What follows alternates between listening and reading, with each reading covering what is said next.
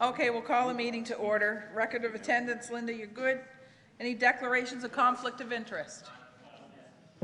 Approval of agenda, additions or deletions. I'm going to remove 8A, and I'll just send out an email because I don't have all the information. There's not enough to do that, so I'm going to take off 8A. CAO. I also have, one second, I have 10A, B, C, D, and E on, everybody has that attachment. So CAO, did you have something else to add to that? Yes. I had two things for your consideration. One is I want to have a follow-up discussion on dangerous and unsightly in camera on a matter we talked about, I think 2 weeks ago. And I'd also like to bring to your attention that we had hoped to have a discussion with council this afternoon about, I guess, goals and so on around the old high school, and we failed to get a notice out to you about that. We kind of wanted to do it in more of a workshop format. And so the question is whether you'd be open to that after the business meeting this afternoon. I need to be somewhere for 4, but I don't know where everybody else is. Whatever is the, all right, would everybody prefer to set up put your hand up if you'd rather set up a separate meeting, or do it maybe on, okay, we're gonna have to do that. It's going to be a longer discussion. Yeah, it's a longer discussion. Okay. So anything else? CAO, you're good? Okay. Councillor Lanchel, go ahead. Your Worship, I have an issue with a couple of items on the agenda, and I question, and again, I brought this up before, the role of the Committee of the Whole. I have a difficulty, and this is our solicitors here, I find it awkward. This is the first time we've done it. This happened last year, and we changed it again, but it's back again. 8C, Citizen Advisory Committees, appointments. I raised the issue, this really should not be at Committee of the Whole, because we are a committee. It should be at Council. So the question is Council no longer appointing committees? I know we will indirectly, because what happens is a recommendation comes to Council, but to me, this really is the purview of Council, not of this meeting today. And I was just curious why it's on the agenda, because we went through this discussion last year and we moved it to regular council. So that was my first point. Yeah. Second point I had a concern with is item 8F, amendments to the Heritage Property Act. That was from the Heritage Committee, and that, which has gone through, and the same thing, and that really should go to the Heritage, that should be at regular council as a report of the Heritage Committee, because committees normally don't report to committees, because the Heritage Committee would report to council. So I would like to ask if item 8, and I'm not sure, 8, the advisory members is fine, that from Mayor Moots, your Worship, yours is, I have no problem with that, but I really feel that 8C and 8F should be deferred to the regular council meeting. Okay, so when I ask about so are you asking to defer them now? Okay, do we need a motion to do that? Excuse me. Okay, moved and seconded. Discussion. Question's been caught. Go if you had to press. Go get your light on. Sorry. That's okay. But, however, Councillor Mooney's light was on. Let's address this first. Okay. My only, I'm fine with it. My question is a timeline, though. Our council meetings, is it going to be very, very short in order to accommodate the lengthy? Okay, so I think the point is not so much about the length as where these belong. Well, I'm fine with council, just as long as it doesn't keep us here until midnight. Yeah. That's my question. I wasn't questioning where it should take place. And so if we go too late, either we agree to stay or we just do, because we've had to in the past with this council, we've had to go to another day to get all the things covered. Well, how about the suggestion? Would the suggestion be accepted to call a special meeting just for that? No? All right. Shouldn't take too long. Good. Okay. All in favor? Yeah. Good. Now, do you need a motion for that? No, he already made a motion to defer. The motion on the floor is to defer 8D, No, 8C and 8F. All I right. just wrote the And two are you open council. to amend that to do the citizen advisory appointments at a special council meeting? Yeah, at the regular council meeting. Well, I'm sorry, Councillor, but you just agreed that you're fine with calling a special meeting just to go through the advisory No. appointments? No? No, that it shouldn't take that much time. Oh, Yeah. fine, I apologize, my Yeah. ears. So are you okay with that, Councillor Dawes? With just deferring them because that's where they belong? Yes, I'm fine with Yeah. that, as long as it Good. doesn't go forever and ever, Okay. because It can take time.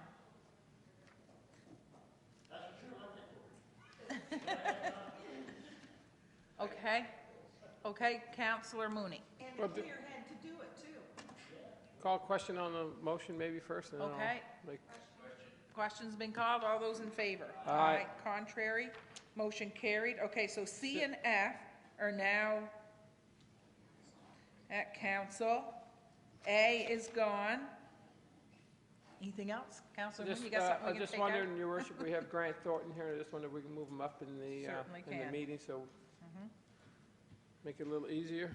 Yep, we'll do that right after we approve the agenda with the changes, which includes you moving up. Okay? Moved and seconded. Any more discussion? Question's been called. All those in favor? Aye. Contrary? Motion carried. Can I just ask one thing? According to motions, press your button, and then whoever's light's on, I just get confused. Okay. Grant Thornton, come tell us something good. And welcome. Thank you very much.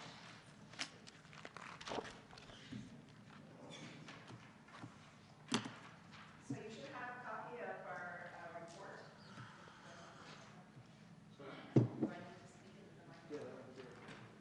Please. Yeah, it might not be on, but speak into it.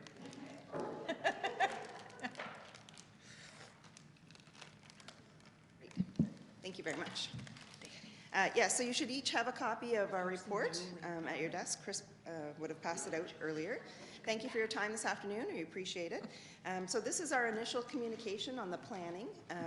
We've already been in and we've updated our information in terms of your documentation in your systems. So we've developed our plan for the audit for March 31st, 2015. So this is our report to you. Your opportunity to ask us questions if you so choose.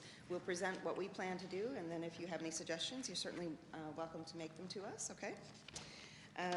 So I'm going to go right directly to page 1, which is the Town of Yarmouth Environmental Scan, Changes in Business, Regulation and Standards. So one of the things that we do when we're doing our plan is we do read your council minutes throughout the year. And we look at what's happened in our environment over the year as well, because we're looking for things that are different and new that might affect the operations of the town, which would also affect our audit.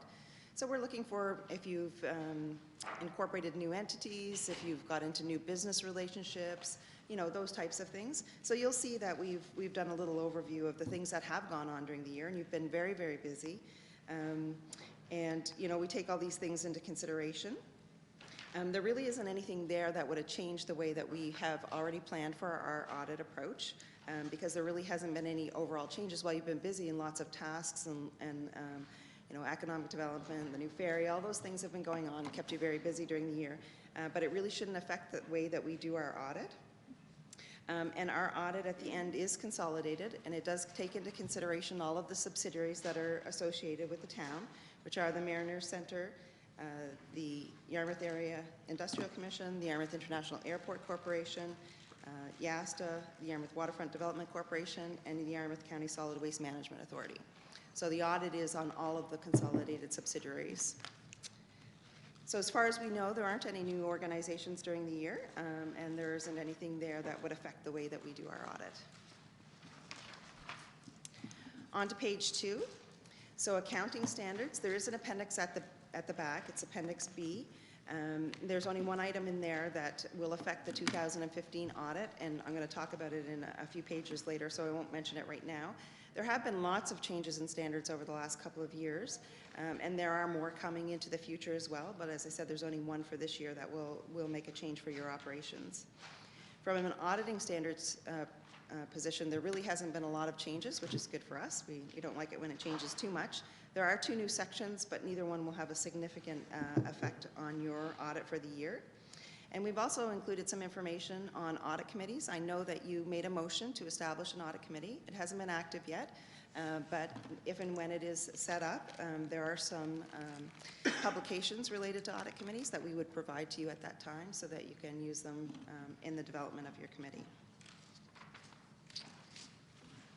On to page 3.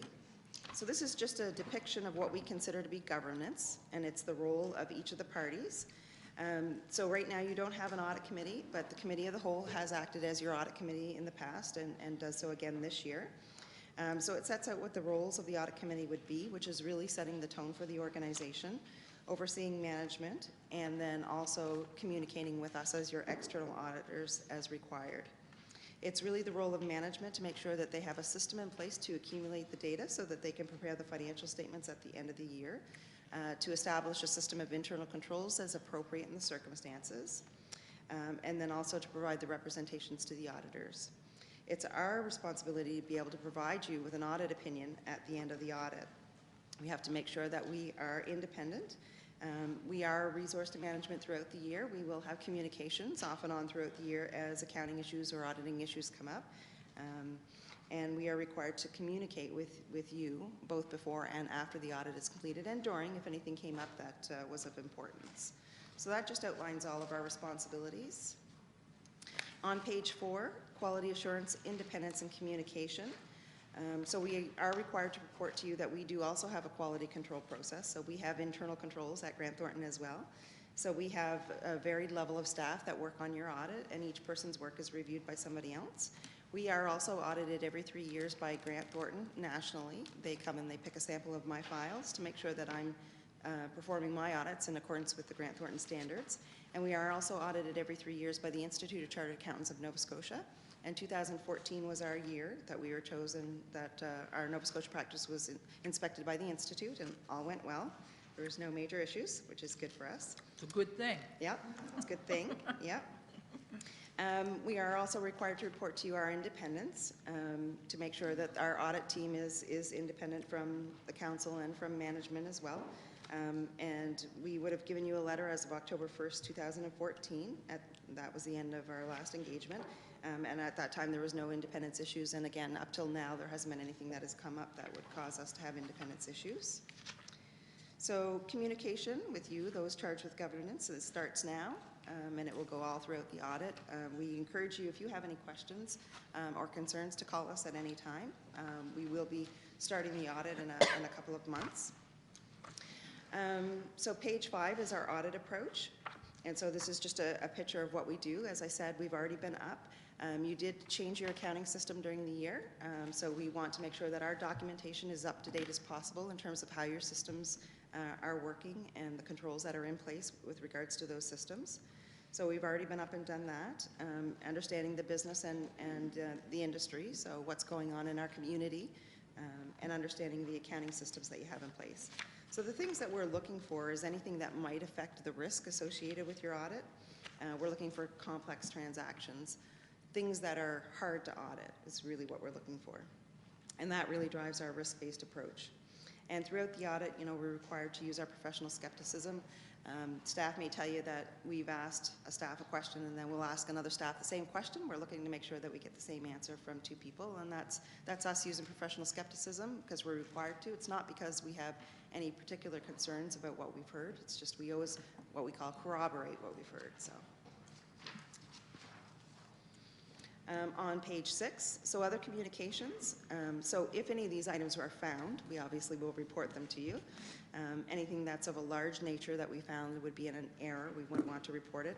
Obviously fraud, anything that might be potentially illegal, and then at the end we will write our internal control letter, which would produce any material weaknesses or significant deficiencies. So from an internal control perspective, we've already come up and updated our information, but we'll learn more as we do the audit as well. We don't issue an audit opinion on your internal controls, but we do have to understand them enough that we can test and design our samples so that we can get our financial information appropriately. And we really look at your controls from the perspective of how does it accumulate financial data. We don't really use or look at your internal controls from an operations perspective. That's really management's responsibility to make sure that your processes and procedures are being followed in terms of the day-to-day operations. We're looking at it more from the financial statement aspect of it. And so the next section is on risk assessment. You'll see that we've identified 4 areas where we focus our audit effort. One is in tax revenue. Obviously, it's the largest number in terms of a revenue stream. So you'll see that we've designed a few audit procedures with regards to that. We look at water and sewer revenues, and we look at operating expenses as well. Operating expenses are large numbers on your financial statements, and we want to make sure that things being spent are properly authorized and approved, and they've been properly recorded. The last item on there is called the liability for contaminated sites, which is new for this year. This is the new section that came into effect on April 1st, 2014. So March 31st, 2015 will be the first year that we have reported on it. And it really is an estimate. It's management's estimate. Because what they're looking for is a site that's potentially been abandoned and it's no longer in use, but it would have contaminants on it.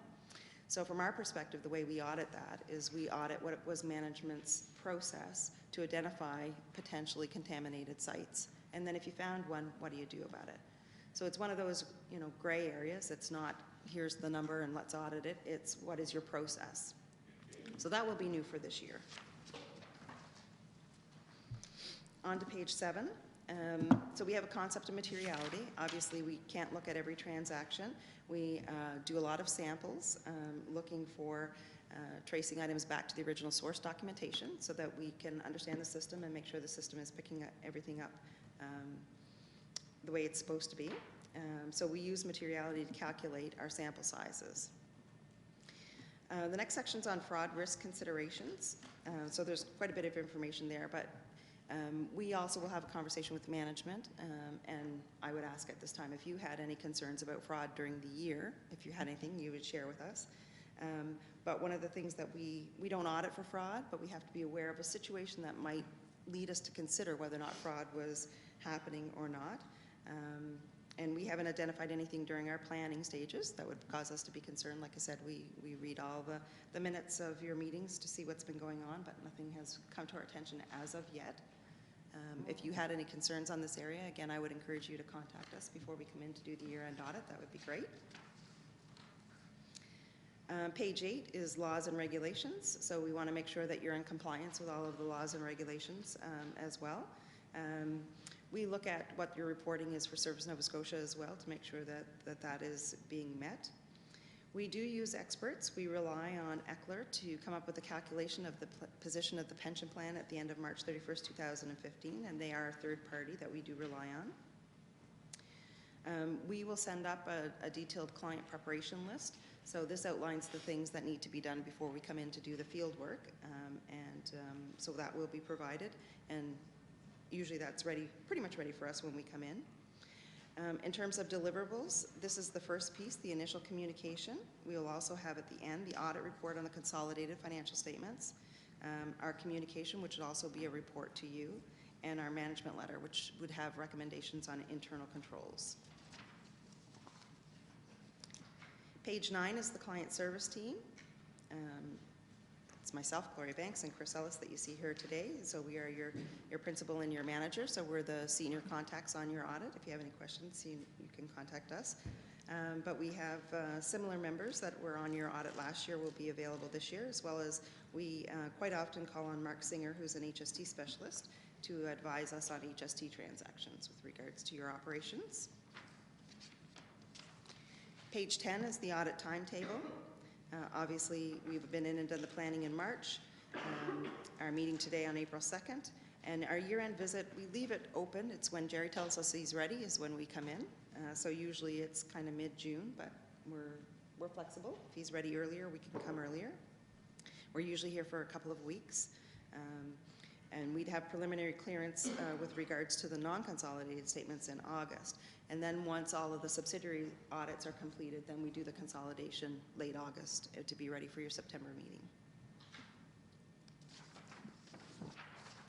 Page 11 is the fee schedule. So you'll see the prior fee for last year, and there's no proposed change in your audit fee. We actually haven't changed the audit fee and now for a few years. It remains the same. Of course, the fee proposal, it takes into consideration that management is ready and the items that we put on our prep list are ready for us when we come in. If there was ever anything that was outside of the scope, we'd make sure that we talk with Jerry about and Jeff about it while we're here. So that's the bulk of the report. There are 2 appendices. One is our engagement letter, previously signed by Jeff. There hasn't been any change in our engagement, so we only issue a letter if there's a change. And then the last item is the accounting developments, and I've already highlighted the one that does affect us for this year.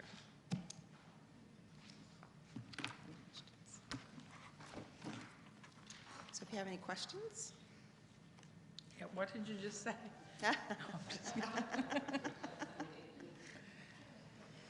Oh, excellent as usual. Great. Questions? Deputy Mayor?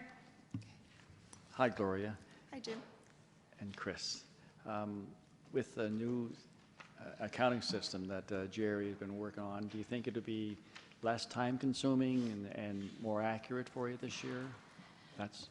I think they're still in a transition stage, trying to work everything out, but it certainly has the added benefit in the future in terms of being able to put in new controls so it can make sure that people have proper access to the proper systems. It certainly can generate better reports than your old system, and I haven't seen it in operation here yet, but in terms of the speed and the ability of the program for you guys internally is much improved over the old system. Yeah. Yeah. Yeah. Yeah. I think the one thing too is that we also have other audits where they use TownSuite as well, so we have familiarity with the program, so that does help us as well. Whereas Richter, you guys were the only place that was using that program, so, and it was a older system, so going to the new system should help us out very much. Oh, good. And it also is a lot more user-friendly. So what we get is a data extractions out of your system in order for us to pick our samples. It was pretty near impossible to do that with Richter. With this new system, we know they can download the data for us, we put it right into our system, and it produces a sample for us. So it will help in that way, yes. Good. Any more questions? Thank you. Thank you Very much.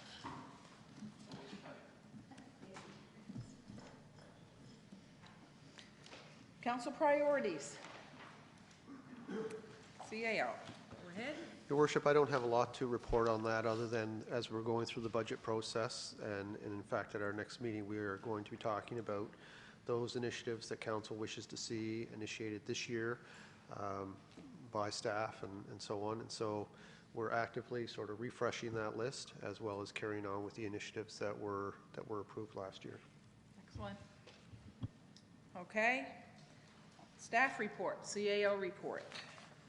Go ahead. Your Worship, my report is attached. If there are any questions, I'd be happy to try to answer them. Any questions for the CAO? Go, and the light's going to be a problem today, Danny, so just, Okay, yeah. yeah. Okay. Go ahead. Okay, I don't know, I've never had a chance to look at it yet, but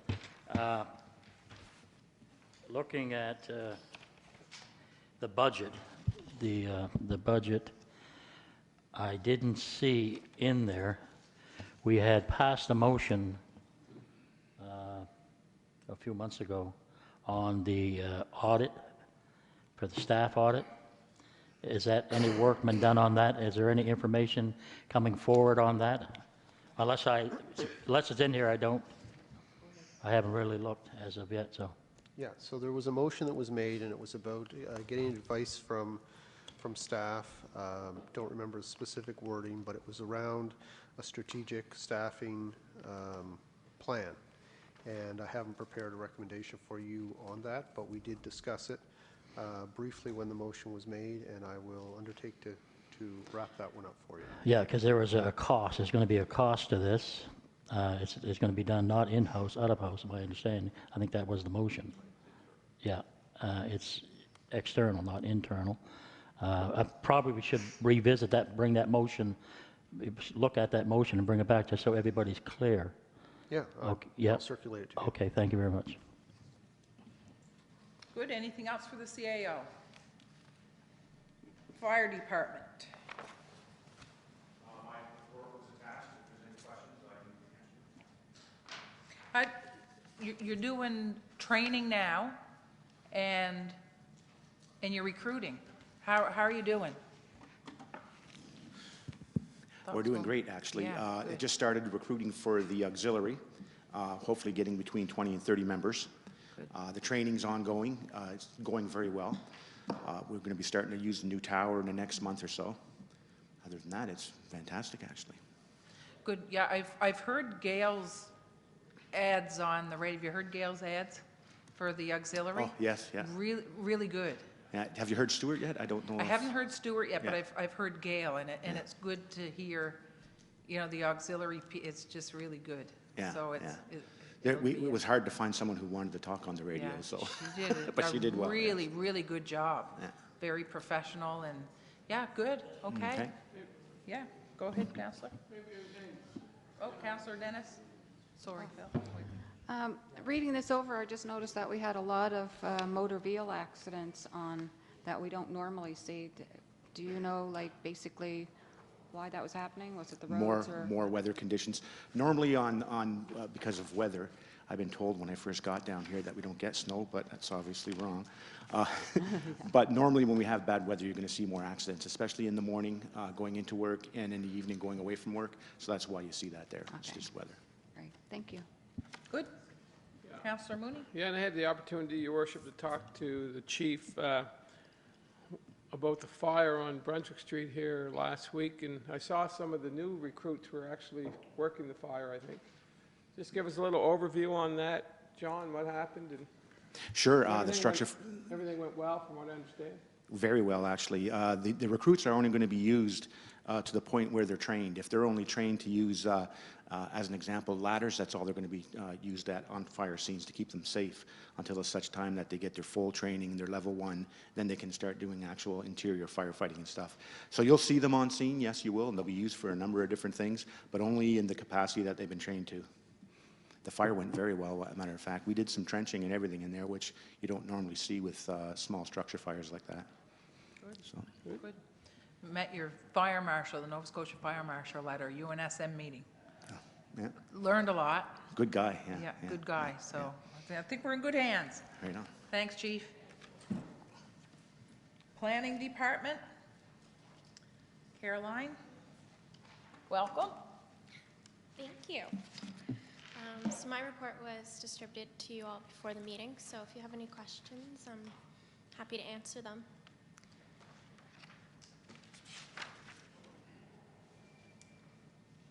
You know what I noticed on the back of this? Admin Assistant Monthly Report. Yeah. That's really neat. Judy did a Because few there's things she wanted to share with you that Yeah. she did. She asked me if it would be okay if she included that, Yeah, and I thought very- it was a great idea. Very much okay. It's great. It's nice to see what people are taking part in, for sure. Any questions for the planner? I know it's busy for you. It's been pretty busy, yeah. Very busy. Yeah. Good stuff. Okay? Guess you're good. Thank you. It's all good, thanks. Operational? The engineer is here. Questions for the engineer? We okay on the RCMP building? That's going? It's going ahead, yes. Weather's improved a little bit, so Okay. we're ready to get at the roof as well, so. Now, it seemed to me, we had a question at a last meeting that we were going to wait for the engineer to, I can't remember what it was, though. Counselor Langell, you're on. Just hit my brain somewhere. Well, once your brain functions there, we'll move. Do you remember what it was? No, I had a question, though, for Dave. Dave, started my walks again, which is long overdue, and where are we standing with the wastewater pipe going into the harbor? I see two large pipes kind of tied in there on Water Street, and it looks like an awful lot of raw sewage going into the harbor. Yesterday when I was walking by, a lot of gray water. What is that gray water? I'm just curious where our status is. No, there's a pipe there. I remember my old CBC days, that was my favorite location before we built the septic system to a sewage treatment plant. That was my favorite place to go and film Yarmouth sewage going into the harbor. It was quite graphic there, and I noticed yesterday it was bringing back memories of 25 years ago. Are we discharging direct sewage, or is it just overflow water, or I'm just curious what it was? Shouldn't be any raw sewage. Could you maybe look into that? Because Heavy rains, we do get overflows. but it was gray water, and the new term I learned at the Water Network, it's called enriched water. It's not called sewage anymore, it's called enriched water. So it definitely was enriched water going through the pipe, so it looked very enriched. So I was wondering if maybe you could take a peek, or your operator. Where's, what location? Right by down by the sewage treatment plant. It's the pipe at the foot of, Danny, what's that street there by Mearns? Right at the foot of Argyle coming down. Stormwater. What? Stormwater. Stormwater. Stormwater outfall there, Dave? There is one there, Yeah. There's one, Yeah. there's one by IMO. yeah. This is on this is closer to, What street is that? The one, right down below you. yeah. No, I can't remember. Gowdy Street? Gow- Gowdy, I think it's Gowdy Street. Gowdy. Gowdy Street, there's a pipe there, because I know, chances are we're gonna be asked some questions on it. So when is that pipe gonna be, so right now, what is the status of that pipe? Is it gonna be put out later in the spring, or? Once it warms up a little bit, we're gonna get at it again and see if we can salvage the pipe and reuse it. Yeah, okay, good, excellent, good, thank you. Okay, so we got a bunch of I'll shut mine off then. okay, so go ahead, Councillor Dennis, and then, I just had a question on the lighting in Yarmouth South. Are they all up and functional now? They're all up, but they're not all functional. One section is on the east side. Excuse me.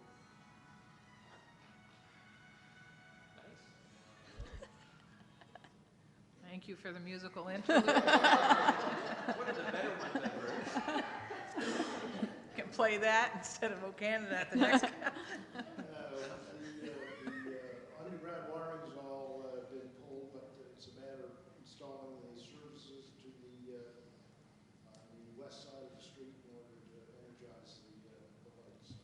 We're pretty much ready to go as soon as we get the electrician and Nova Scotia Power coordinated there. Okay, so that should be ready this summer. Oh, yeah, Okay, thank you. well before summer. Councillor Dawes? Thank you, Your Worship. Dave, on Hawthorne Street, just to explain to everybody out there watching and listening, on Hawthorne Street, we are replacing the water line, but once you're in there, if anything else is broken or if anything looks like it wants to be repaired in the near future, we're going to do that right then and there, are we not? We're doing both the water and sewer at the same time? Water and sewer at the same time? Yes. All right, good, thank you very much. It's, wow.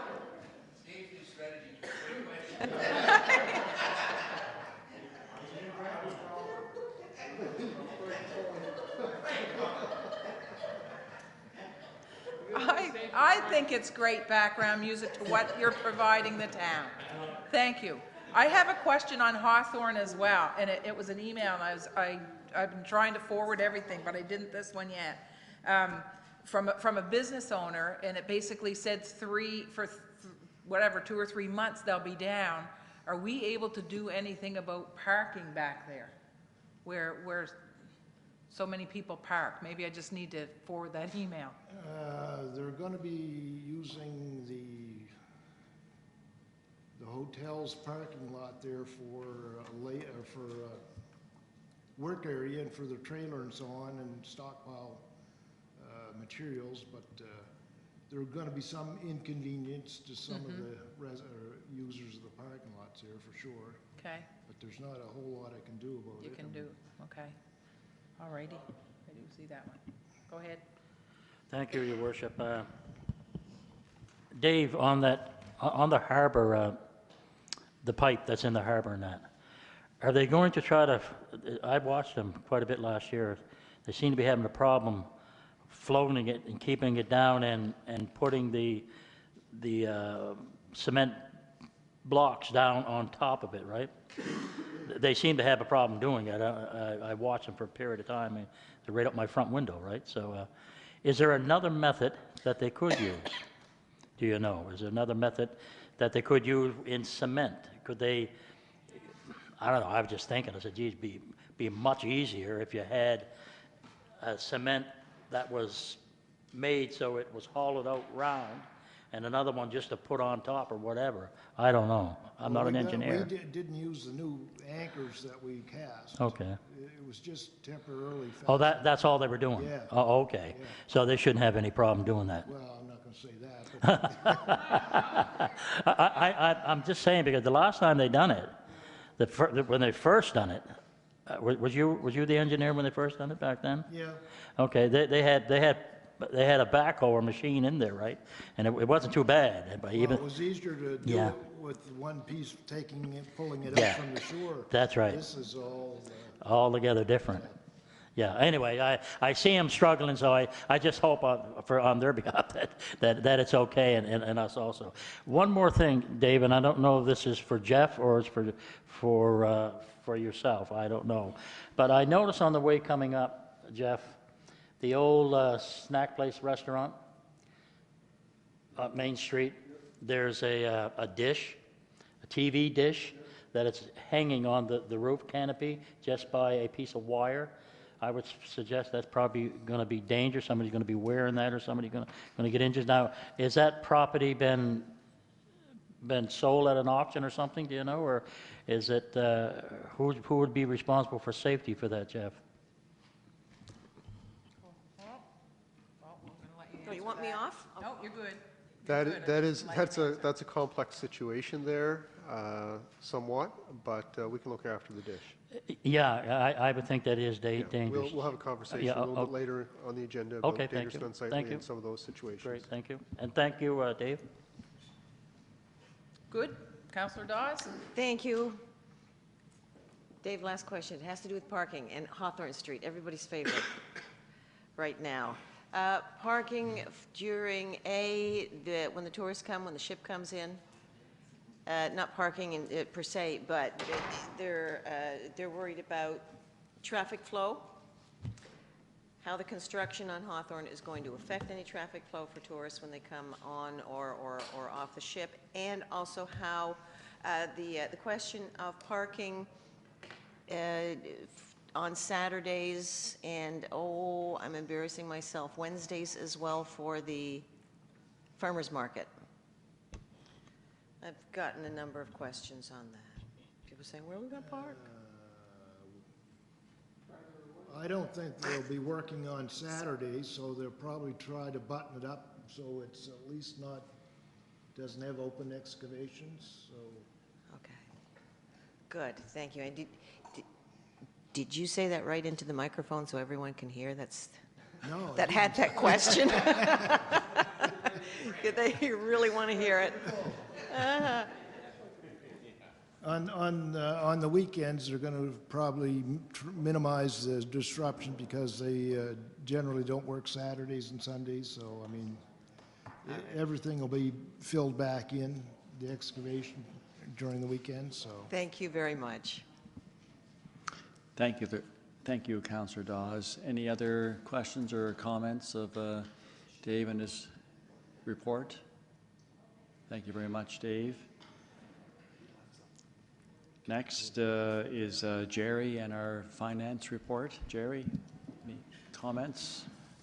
No report. I guess I think we're meeting regularly enough that you can ask me questions as they come up. So just dealing with as you know, we approved the capital budget here earlier this week, and we're just continuing to work on the operations budget and work on audit stuff with Gloria. So kind of business as usual, but a busy time of year. I know that it's a busy time of year for you. Ken. Thank you. Thanks, Deputy Mayor. What are we looking at as a timeline for this, Jerry? I'm curious, because I see we're not meeting next week. We've moved that down now to the 14th, I think. What are you guys seeing as a timeline to get the actual budget finalized? Or is it going to be quite a long, drawn-out progress? Because it seems to me we're about a month and a half behind schedule last year right now. So I'm kind of worried. Are we looking at a June? I hope we can get done before that. I'm hoping like in May. Yeah. It'll be a busy week. I got to meet with all the directors, hopefully before our next meeting. We'll do that and go through their budgets and hopefully have most of that taken care of. So when we come in and you see the first draft, it'll be everything that directors and staff want or need in to carry out the operations. But there's going to be some tough decisions, so it will take a few meetings, but it's just a matter of scheduling some meetings, maybe in maybe more than one a week for a couple weeks to get it done, but we should be able to push it through. Ken? Yeah, just a point too, Jerry. I didn't like the last budget meeting process. It really bothered me. I don't like getting the piece of paper then without having a chance to look at it and study it, and I'm wondering, is there any way for those of us who want that we can maybe get it the day before, or the support documents the day before, that we could at least read it over? I was having, don't take this the wrong way, I was having flashbacks to SWASDA days when we suddenly had these sheets given to us and you got to make a decision now. And I was really uncomfortable with that process, and my back gets all twitchy just thinking of those days. So I was wondering if we could get maybe any supporting documentation at least 24 hours before the meeting to give us a chance just to reflect on them, to look on them, and that way we can come in with specific questions that's of interest to us or our constituents. So it's just my only comment. Thank you, I think Ken. as far as the numbers go, our first meeting, what I'm hoping to be able to do is like walk you through the budget itself, all the numbers, and we wouldn't be looking for any recommendations or those types of things. That would be the next meeting, which should be scheduled probably the week after, to go through and start digging into some of the numbers with council. The first meeting would just be kind of a presentation type of thing. Thanks, Jerry. Jeff? Yeah, I was just going to say, I think May should be our target. I think we had May last year, if I'm not mistaken. We did the May council meeting, so put a bit of a whip on our back, and we approach things in different ways, and we're always kind of guessing in terms of how does council want us to bring information forward? Do you want us to bring forward the challenges and have you give us some advice in terms of the way you'd like to see us resolve them, or would you prefer to see options for resolving them? See the challenge, but also see options from staff in terms of addressing them. Because if that's your desire, that frankly speeds things up a little bit from our end. You can react to the suggestions, and maybe none of them fit the bill in terms of your desires. You send us back to the drawing board, and we come back with ultimately what we want is a solution that satisfies you folks. And so we don't want to be directive or overstep our role in terms of setting the budget. It is your plan for the year, but we don't mind bringing forward recommendations as long as you don't feel like it's staff running the process or running the decisions. We want to make sure you understand that anything we put forward as an option is just that, an option. Thank you, Jeff. And just as a comment, my own comment, I've never felt that the staff are sort of providing information which we should approve. Ken? Thank you. Yeah, my thoughts on the process, like I see where Jerry's come from, and I like the idea, we go through the numbers and get all that good stuff. But I really think that we should be looking at a day in there, and this came up last year, that we just, instead of sitting for a couple of hours, we literally put a day aside and just go at it. That's where you really get the real meat and potatoes done. So you have your day where you go through the numbers, we go away maybe 2 or 3 days later, we come back after we reflect on it, and we roll up our sleeves, and we're here for more than a couple of hours, and I'm thinking several hours, where we actually do a lot of the I-dotting and T-cross so that staff can then go back, Jeff, with what you're doing, and saying, and I like your idea of coming up with options for us. I mean, you guys know, we are merely the policy drivers. You guys know what the realistic options are.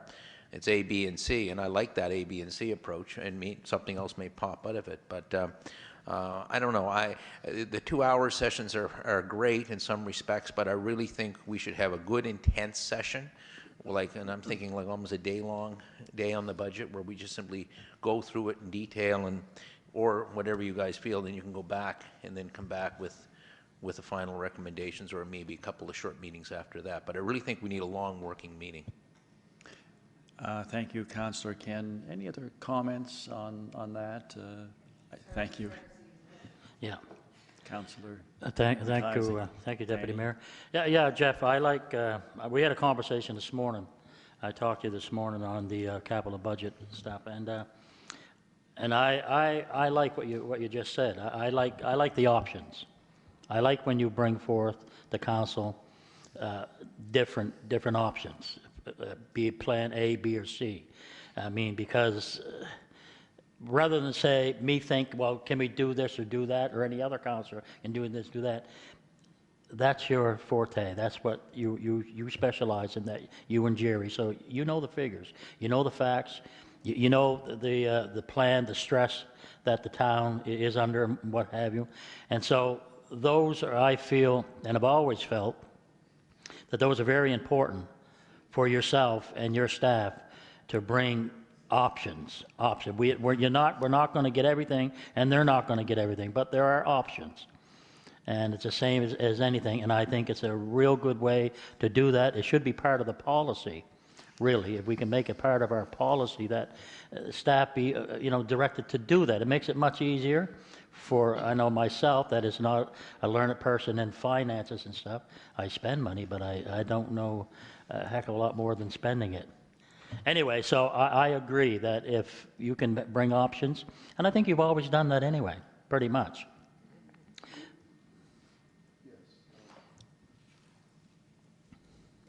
Yeah, I think we have done that, but we have been, when Jerry and I talk about it, there are those lines that we don't want to cross. That's right.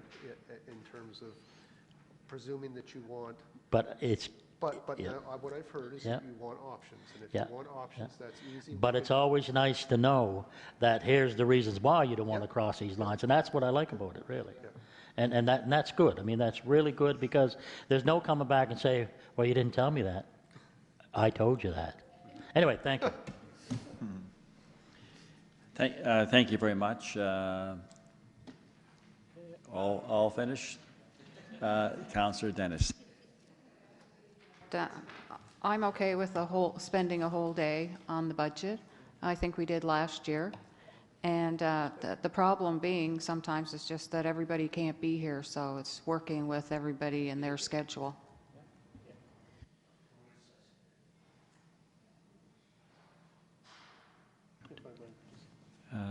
Jeff, sorry, I pressed the wrong button. Pam's enjoying watching you press the wrong button.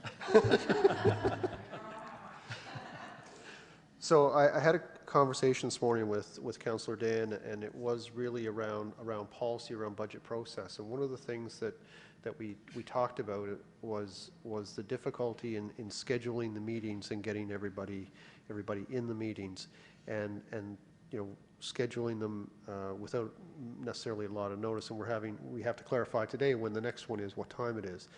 And I threw it out there as an idea, and I think he liked it, and I just want to plant the seed for now, is that maybe when we're done the process this year, we establish a budget process policy, including things like creating options, but also we could fix the schedule for the budget process, this spring for next year.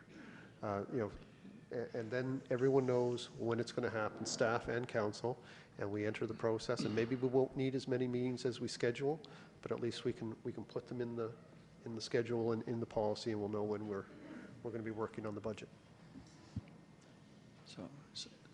So thank you, everybody, for the discussion. Perhaps. Not done yet, McLeod.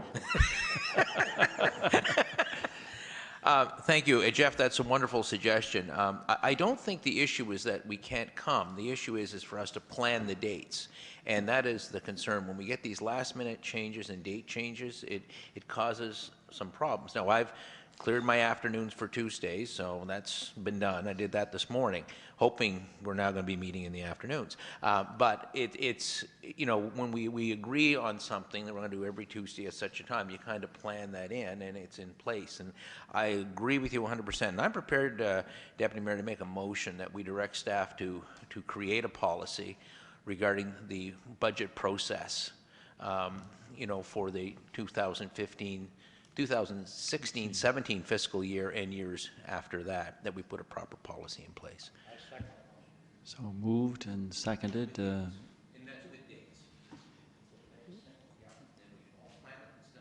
Any more discussion? Question being called on the motion. All those in favor, please signify by saying aye. Contrary minded? I think everyone was in favor of that motion. Aye.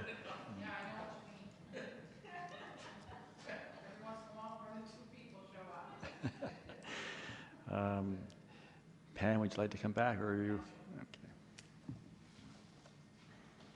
Thanks, Deputy.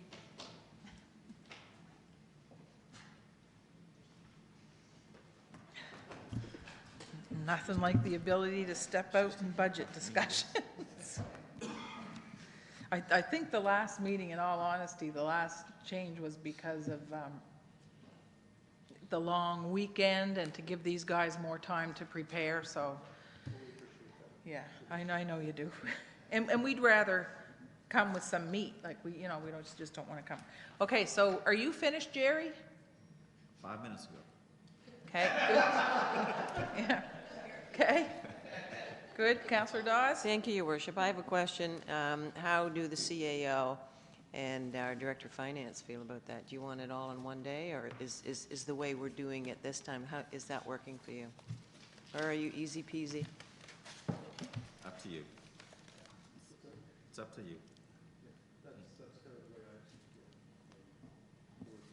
Yep. That's kind of the way I feel. It really is your call. You know, what matters about the day is that it's a day well spent. And so if we have the estimates, the operating estimates, and we've gone through the priority process, then a day spent. If it takes a day at it is fine. Sometimes there are those sort of things that we need to go back and do some extra work on, and we might get hung up on some of those. You know, but we can certainly plan a day and see where it goes. You must be happy just so long as you know that you've gotten the basics across to us and into our heads, and we've actually grasped and understood them. For sure. That's all you're looking for. To start with. Whether we can do that in 3 minute, I'm sorry, in 3 or 4 hour intervals, or in one great big 8 hour. Good, thanks. Okay, thank you, Jerry. Yarmouth Recreation, Frank, you are on. Sorry, I didn't circulate a report, so I'll just give a verbal report. I was away, and then when I came back yesterday, I had computer issues, but we did have our Recreation Committee meeting last night, so just a few things to report from the department. Obviously, with year-end and budget time, we're putting numbers together. We did have a motion of support for our plans for this year for our budget, so that will be in Jerry's fine hands very shortly. As far as other things happening, we were very fortunate that we just finished a 6-week student placement. Josh Foote, who's graduating from Acadia Recreation, was with us, helping us out for a number of different things while he was with us. And now we have a high school student placement, and Kirby Mallet is here with me today. Kirby's doing 100 hours. He's a grade 11 student at the high school with some future aspirations of maybe going into the recreation field. So Kirby will be helping us out to the end of his school term. So with this time of year, we're advertising for summer student employment. So we close our application deadline at the end of April. Busy with seniors activities. We had about 80 kids out yesterday for an Easter egg hunt right here at Frost Park. We have a sledge hockey demo taking place on Saturday and some associated coaching courses to go along with that. We've done some baseball and soccer, rally cap and active start coaching courses that we've had some good success with getting some people some training. And we've also started minor soccer and minor baseball registrations at our office. So lots of people coming in and wanting to get outside. The only issue with getting outside on the sports fields is the condition of our fields right now. They're underwater this time of year anyway, but with all the snow melt, we're fearful of timelines with meeting with some of those startup summer programs. So things are busy with community schools. We're cooking on a couple things for this coming year's budget, and looking forward to a Milk Sport Fair happening at the Mariner Centre May 6th to the 8th, where we'll have all kinds of Sport Nova Scotia sports represented there, and all kinds of tri-county regional schools coming and taking part in that activity. And geocaching events happening. Monday, we leave for volunteer ceremonies in Halifax. The mayor and warden will be joining Cecil Roy and Stephen Solos at those ceremonies on Tuesday. And yeah, lots going on.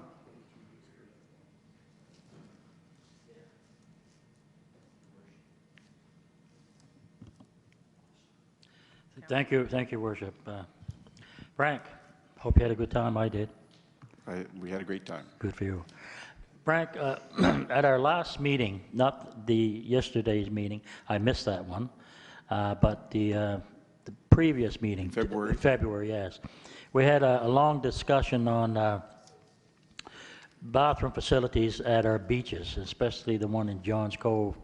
I found it, there was a few people, the trip that I was on from Yarmouth, and they were inquiring why there's no porta potties, or there's the parking's limited, and the beach the way that it is.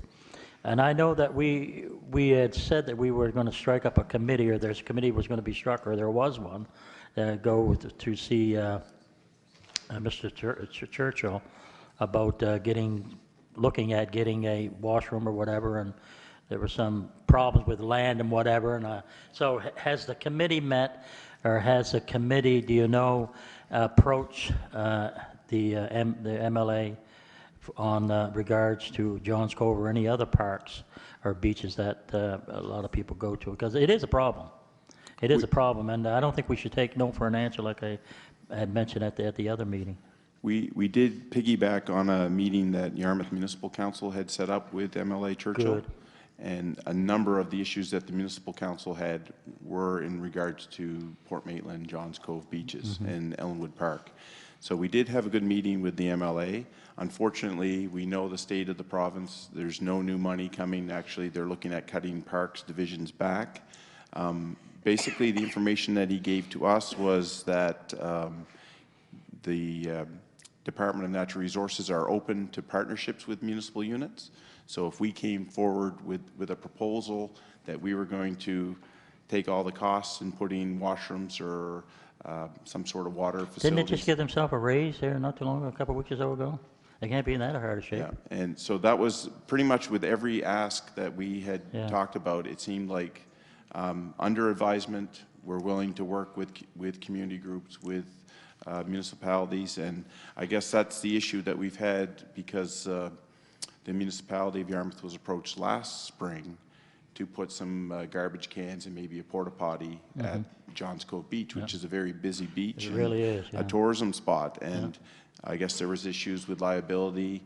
They talked about maybe constructing a permanent building, but there's something with the ledge there that it's not, there's no opportunity. Well, there's all kinds of excuses. I mean, there's books on excuses. You can get them. They're like cookbooks. So anyway, it is provincial. A lot of those properties are provincial lands, but nothing's going to come from Department of Natural Resources from what we're saying. If we are able to access some grant money or something, we may be able to throw a proposal at them, but it seems like they will definitely want all the liability put on, if it's the rec department, if it's the municipality, if it's the Friends of Ellenwood, they would want to deflect that. Well, I know the town has insurance for liability on different things, and I'm sure that the municipality has that also. Yeah. It's just a broad coverage. I'm not going to speak on that. Jack probably could speak more onto that, but, you know, I mean, it's something that, and I'll just cut it short here, but I don't think we should stop pushing for it. And we shouldn't take no for an answer. I mean, there's lots of things. I mean, this is not a big thing. It really isn't. You're looking at, what, 4 or 5 months for porta potties or whatever, and garbage cans. I don't know. I mean, it's something we should be really pushing. And of course, we said that at the last meeting. So is there any more planned meetings for this, or that's it?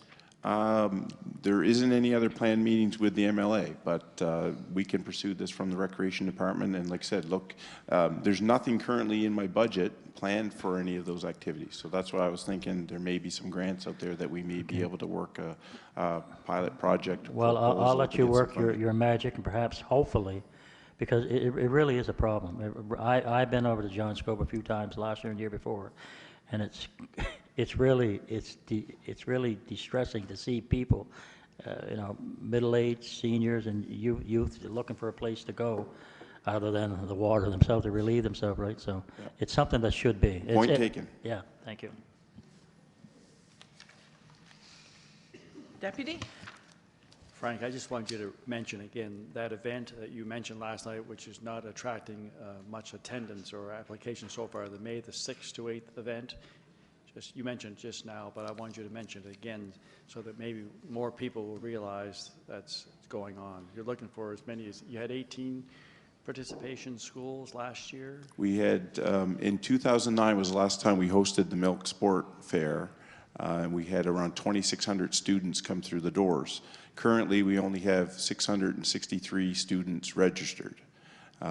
What we're hearing from our local schools is that busing budgets are depleted, and they're having difficulties getting in from some of those outlying schools. So we're working at it. We're working with the organizers from Sport Nova Scotia to see if they can help us in any ways.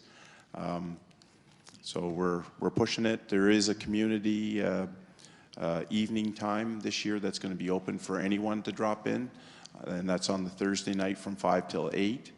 And so we're at 663 with about a month to go. So we're definitely hoping for at least another 1,000 students to register. Yeah.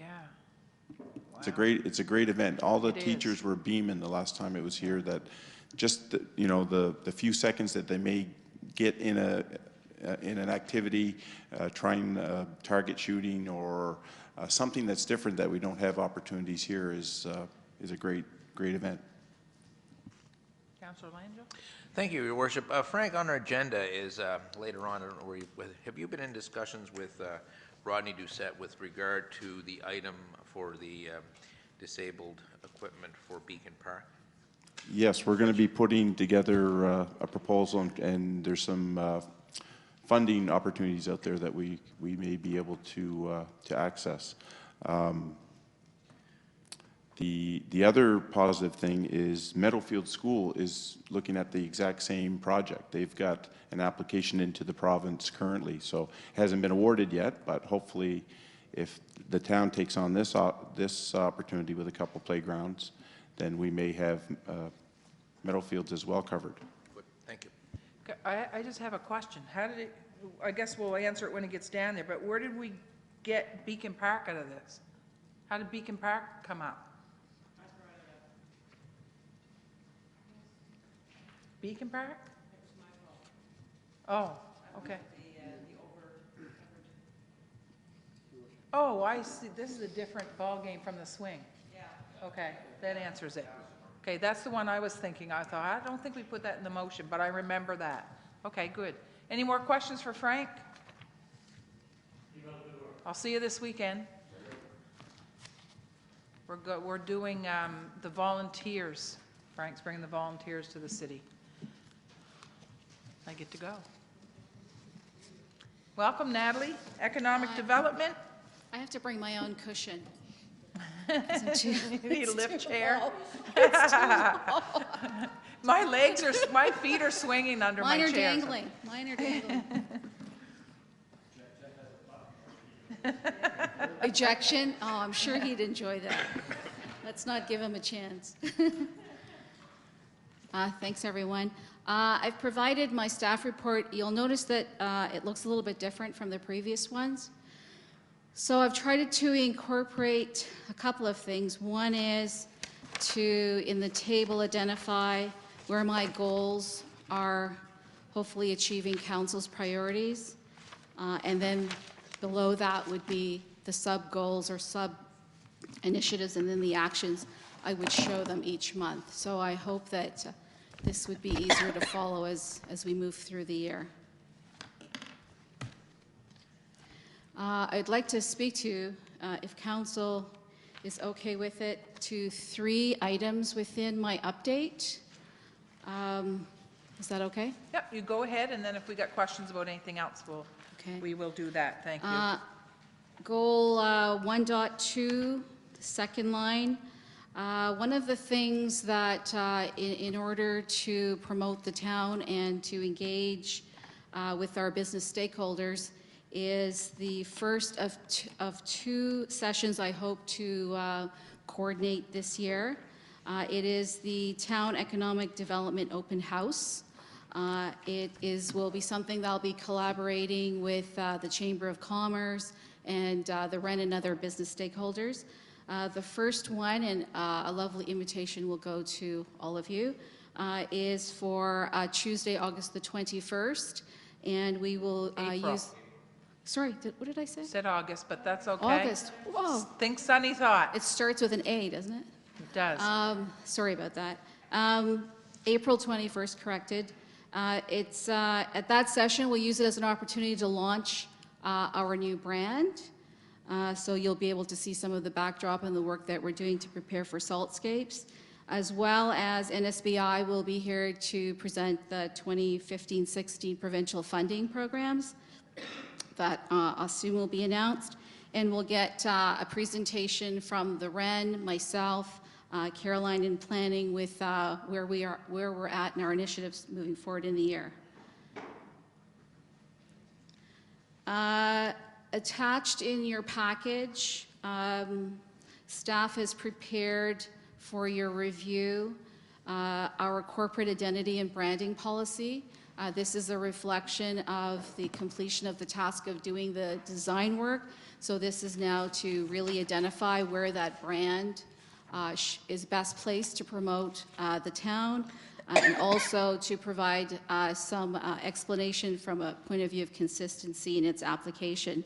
So I'm hoping that council will be able to, over the next 2 weeks, review that, and that I would put together a request for decision at the April 16th council meeting.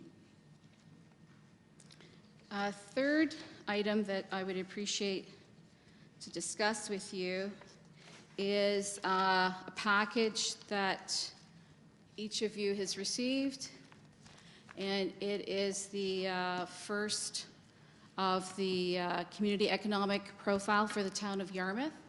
This was prepared in large part with our consulting firm, McSweeney and Associates, and it is really it's really a data, pure data. It's not interpretive, and it's a snapshot in time. Some of the data reflects information from 2011, and some of the data is most current to 2014 with some data modeling. In July, we'll probably have another interim update because 2015 data will be available.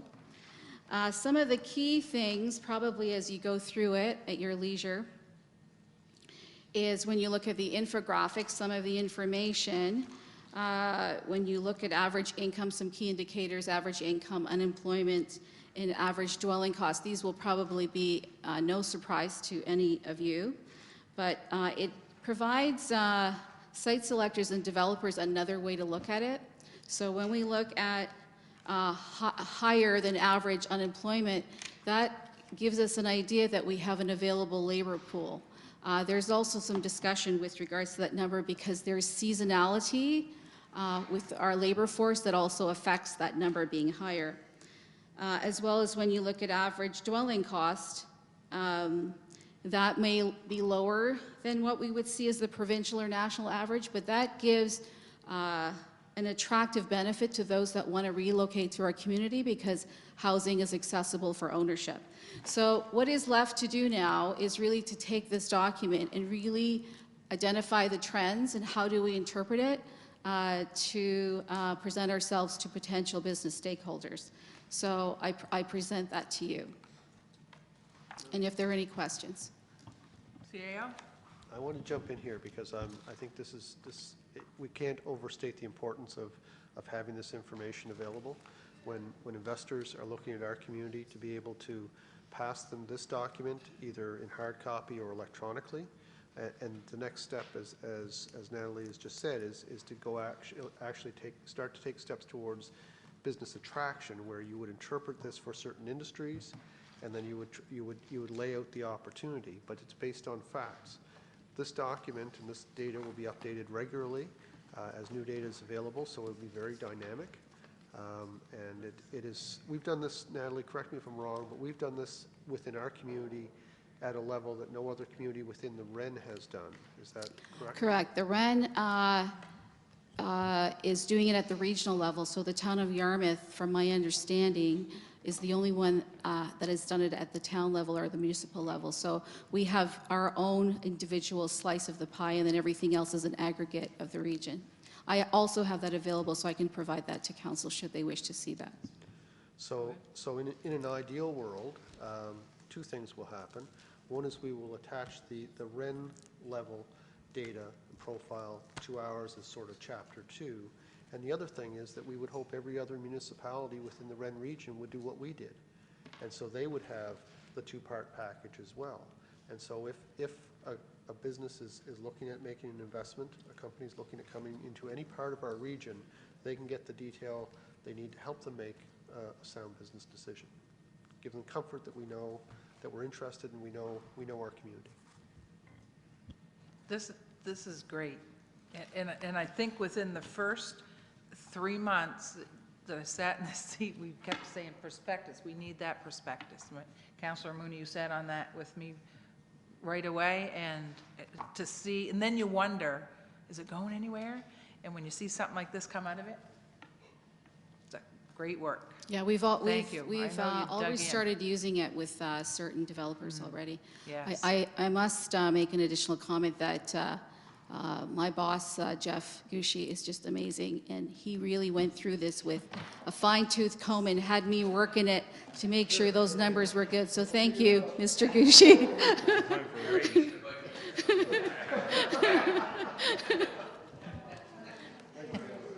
All joking aside, though, Natalie, you're right. No, it's the truth. I know. Go ahead, Deputy. Natalie, is this part of the document that if you and I compose a letter to the Apple CEO, Tim Cook, that he might come and visit Yarmouth? Of course. It's part of it.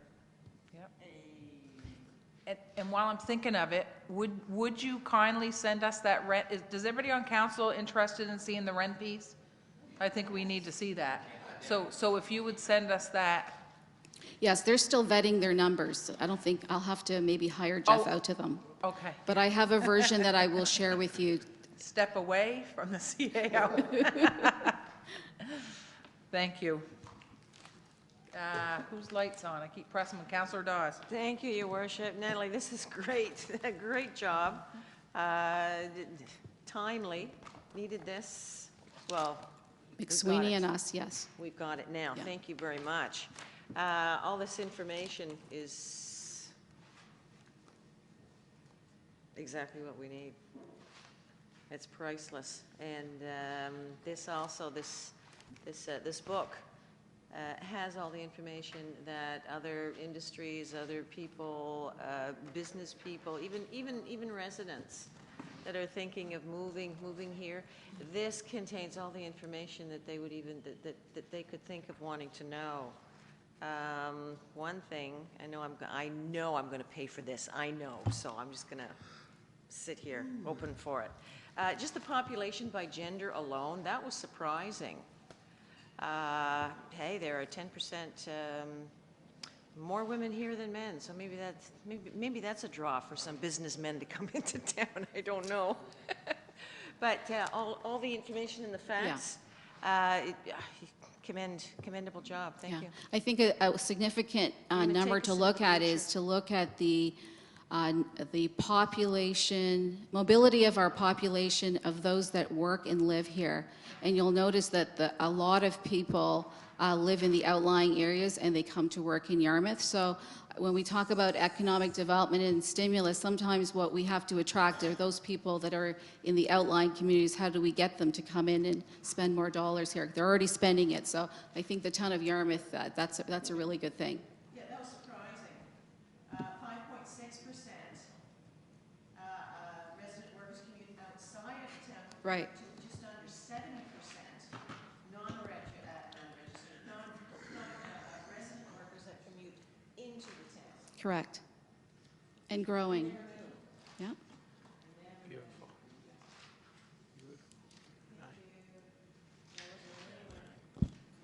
Thank you, Jeff. Multitask. There's been a coup. Natalie's right about Natalie's right about him, isn't she? Again, I just a little bit of a question, I guess, for the CAO mainly on this one. And again, this is the first time that I've seen the branding policy that's, I suggest is, well, as Natalie said, is being suggested. I am kind of concerned in scanning through this that, am I reading this right, that we're going to be removing the town seal from our vehicles? And we're going to be replacing it with the brand? Yes. The idea with the brand is to identify the brand with the town of Yarmouth and not to have two or three. In fact, we have the original seal, and there are two versions of that. We have the restylized seal that we did about 5 years ago, and now we have our brand mark. And if we want our brand mark to be to effectively identify with us, then I think we revert to using the corporate seal for the original intent, the legal intent, and for identifying us as a symbol that identifies with the town of Yarmouth. The new brand mark will be what's being suggested is will be what people will see when they see town of Yarmouth. They'll see on the edge of everywhere, and they'll see it consistently, and that way we won't confuse. And I'll give you an example. Without naming names, I did a little bit of a review with Natalie in terms of how other municipalities are using their brand marks, because as we know, different municipalities have gone and created new brand marks beyond their corporate seals. And sometimes, and even sometimes in the same publications, you'll see that they confuse, well, in my mind they confuse. They use the corporate seal in some cases, and then they use their brand mark in other cases. There is no reason, there's no legal reason to use a corporate seal on an advertisement, whether it's for a job, a bylaw amendment, or anything else, or notice on solid waste schedule changes. So the suggestion is that we use our new corporate brand mark consistently across everything except where it's legally required to be the corporate seal. That will stay there. That is the corporate seal. We won't change that. Good. And the second observation, and I just looked at this very quickly. I haven't had a chance to, but on page 3, under the branding material, on areas that are exempted, I noticed that, and I'm just looking at, it appears that we as councillors would not have access to the brand. Am I correct? That apparently it's only for memorial functions? So we could not use them for our committees or things like that? Because I noticed in the exclusions, funerals, which makes sense, and internal events, which is a shame. So I'm just wondering, well, why are councillors not allowed to use the brand? Well, just councillors generally. It's reserved for memorial events. It's not councillors at our events. We wouldn't be able to use the brand, even though we are going to be representing the town of Yarmouth. I'm just curious. Well, it's same right here under, yeah, what sort of events are you talking? On page 3. Page 3. Okay, under branding material, it's on, down there it says typical events that are excluded from being branded are. And down there it's saying internal events such as strategic planning, social functions, year-end functions of officials and councillors. Okay, do you have that answer? I Yeah, think it's I don't, different. I don't know what a year-end function of a counselor or official is, but we wouldn't brand, we wouldn't try to apply the brand or put up the banners for a strategic planning session that we're having. If it was something, an internal event, if it was an external consultation on a study or something of that nature, then sure, let's put up our banners and let's make people aware that this is a Town of Yarmouth function. But internal functions, where it's us among ourselves, is what's being non-branded in that case. So if we were doing like the levy, New Year's levy, that is a public function, not a internal function, and so that would be branded. So your communities in bloom, stuff, heritage, all that That's stuff fine. is good to go. Just like a Christmas party, you're not gonna brand a Christmas party. Correct. Yeah. Well, that was my only point, because it's not mentioned, it just says public consultation, but some of us as council do have our own events that we do, and that is part of the town externally. And I'm just wondering, the way I'm reading is that in order for the brand to be used, you'd have to have the mayor there. And I'm just wondering, maybe the language just needs to be cleaned up a little bit. We can amend that. What's an example? I just need, like, what's an example of what you do your own, on your own? Good example would be the garden symposium. Is that not Town of Yarmouth? The Town of Yarmouth does it? Then that falls within this, yeah, I see what you're saying. That falls within this, though. The mayor's not been present at that event. Oh, no, this has nothing to do with the mayor. Well, I see the way I'm reading the language is where the mayor will function. The language is awkward. I hate to see down the road where we get into some issues on that. That was my. Oh, yeah, I didn't even read that document. Yeah, okay, gotcha. Counselor Mooney? Yeah, just got, if somebody wants to make further comments about the book, I just got a question on another subject with Natalie, but that's all right. Yes, please. Natalie, I was reading the paper earlier in the week, and the Dutchy Mason Blues Festival was canceled in Truro. In the first 2 years, it was in Dartmouth. The last 8 years was in Truro, I think, at the Bible Hill facility, the Raceway, and then it was canceled because of logistical problems there, and then it was brought back to Dartmouth. But I see that they have a website here, and they did it in a fairly quick fashion. I just wonder if it's appropriate, or we need a motion maybe to have Natalie contact. It sounds like it's an individual that does it. Or Rick, what about Rick? Or, It's a does that Rick sound like a, job. yeah. Yeah. Sorry, But, I didn't hear what the event was. Dutchy Mason Blues Festival. Dutchy Mason's A blues festival. Yeah. It was in 2 years in Dartmouth, 8 years in Truro, then they moved it from the Raceway. Okay. Because of some logistical problems and I think some other problems with some equipment, and they didn't want to have it there anymore, and they moved it to Dartmouth, but maybe that's something we'll talk to Mr. Allred about, because it looks like they moved it fairly quick, and with, we do the Coal Shed Festival, Music Week, the Bluegrass Festivals throughout the winter, Sarmew in Argyle. Would you make that motion so we can get that to Rick? And of course, that's a YASTA thing, so it would be in partnership with our, but just to get it on that Yeah. YASTA. Make a motion that Rick Allred contact the Dutchy Mason Blues Committee to investigate a possibility of bringing their event to Yarmouth. Perfect. Moved and seconded? That we Yeah, ask that's YASTA YASTA, too? yes. Linda, you good with, okay, the YASTA part? Because they're partners, okay. Any discussion? Yeah, because we have, your worship, things like, we do the coal shed, like, Oh, it's definitely. top notch, and Nova Scotia Music Week's been coming back here, begging to come back here. We do the bluegrass in the winter times that are full houses, so I But think it'd this be. one is, This one would be, this to go, looks like a right? week-long event, sounds like it's something to fit in. I know Dutchy Dan's a Dutchy Mason fan, and I think it'd be good to check it out anyway. put it this way, Natalie, if you grew up in Nova Scotia, You know who Dutchy Mason you gotta see Dutchy Mason. I thought it was about a pancake. No. Okay, so any, I think Dutchy Mason, and I start blushing because it was all through high school, but, okay, what's that? You do, oh, Nova Scotia. Okay, call for the question? All those in favor? Aye, contrary, motion carried. Anything else for Natalie? No, you're good, I think. Thanks, Natalie, as always. Actually, all these reports have been, well, they always are, they're top-notch. Okay, Grant Thornton's done. We're down to business. Advisory committee members, was that the one? Okay. Okay, so let me just say this, because did we not go through with we went through with the, oh, never mind, that's a different one. Yeah, we need this.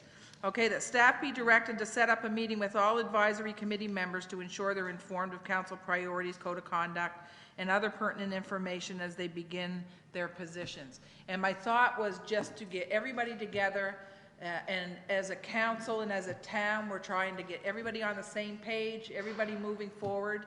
And I think it would be pretty great to get all the committee members together, maybe have a little bit of a reception here, you know, some treats and everything, and just basically go over the codes of conduct, introduce them to each other, and let them know what we're doing in the town and how each committee helps.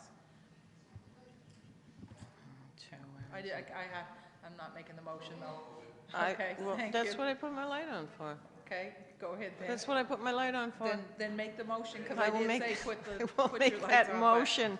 I think that that's a very good idea. I think it's timely. It's high time that we did do that as part of an orientation evening or afternoon for the new advisory members. So yes, I make that motion. Okay, you want to second it for me? Okay, moved and seconded, okay. Any discussion? Thank you. Question's been called, all those in favor? Aye. Contrary, motion carried. And that, yes, Frank? Just wondering, when, I think the town's advertising for applications for committees, when is that deadline? It was last week, yes.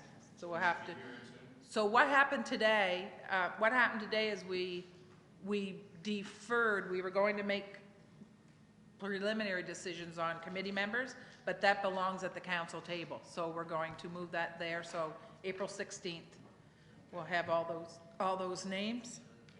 Can you function in the meantime? Okay, good. Councillor Dennis? Can I just ask a couple of questions on about the advisory committee? If we put someone on the advisory committee and that person doesn't work well with the committee or causes problems, is there something in place to allow that advisory committee or council to replace that person? Okay, so Greg, we're going to ask you that. No, and I'll tell you what. That's an excellent question. Thank you. Because, do you want to answer that? Want me to keep talking? Because we're trying to move this town forward, and we do have codes of conduct and everything else, apparently with no teeth. So what are the, give her. Good Well, question. if council appoints somebody to a committee, it could also remove or cancel that appointment, so you would have the power to do that. That's the question. Okay. So how? By a motion, same way that you appoint someone to the committee, you pass another motion removing them from the committee. Okay. That's it? So by Simple as motion. My other question is, some people have missed more meetings than they've attended, so I was wondering, do we have a limit on missed meetings before we can fill a position with someone else? 3? Okay. The committees, no, good, another Okay. good one. The committees are bound by the same rules as council. Okay. So 3 unexcused in a row. Now, yeah, okay. Good? Okay, that's my Next. questions. Thank you. That's it? Good, thanks for asking those. Go ahead, Councillor. But the issue is, yes, unexcused, which means they don't send in regrets. And that does pose problems if the same committee member keeps sending in regrets, as we've seen. And so they're technically excused, I suppose, because they've sent in regrets. And I really think it's something we should look at, because I know in a couple of my committees, I got some empty chairs that have been empty a lot. And, pardon? Yeah, exactly. So, I mean, it's an issue that we may want to revisit that. Excused is one thing, but I mean, once it's chronic, I mean, this is a 2-year appointment, and as Councillor Mooney said, there's one committee we haven't met the member yet. And there are 2 years, every 2 years we go through this process. So we may want to maybe put a little bit more teeth in that attendance policy, you know, and that's, you know, simply saying if regrets is one thing, but that's kind of soft. It doesn't have much teeth to it, so. Yeah, I agree. I agree, yeah. And I mean, people get busy, and I understand that, and things happen, but we need commitment, so, to make good decisions. Councillor Dawes? Thank you, Your Worship. I agree. That was the reason that I brought it up. I brought the question up of attendance. When it came to advisory appointments on committees 2.5, whenever years ago, would this require a change in wording in a policy? Anybody? Mr. Solicitor, Mr. CAO? It would? The question is with regard to attendance. Attendance on an advisory committee. We do have, the reason that we put the word out and invite residents, and we try to engage residents on our advisory committees, is to draw from the strengths that they bring to the table and their experience. But if they don't come to the table at all, that does not help anyone around the table or anyone in the community for which the committee was struck. So that's my question. Do we need to change the wording in the policy? If so, does that require a motion? If so, I will make it. Don't ask me to repeat all that, though.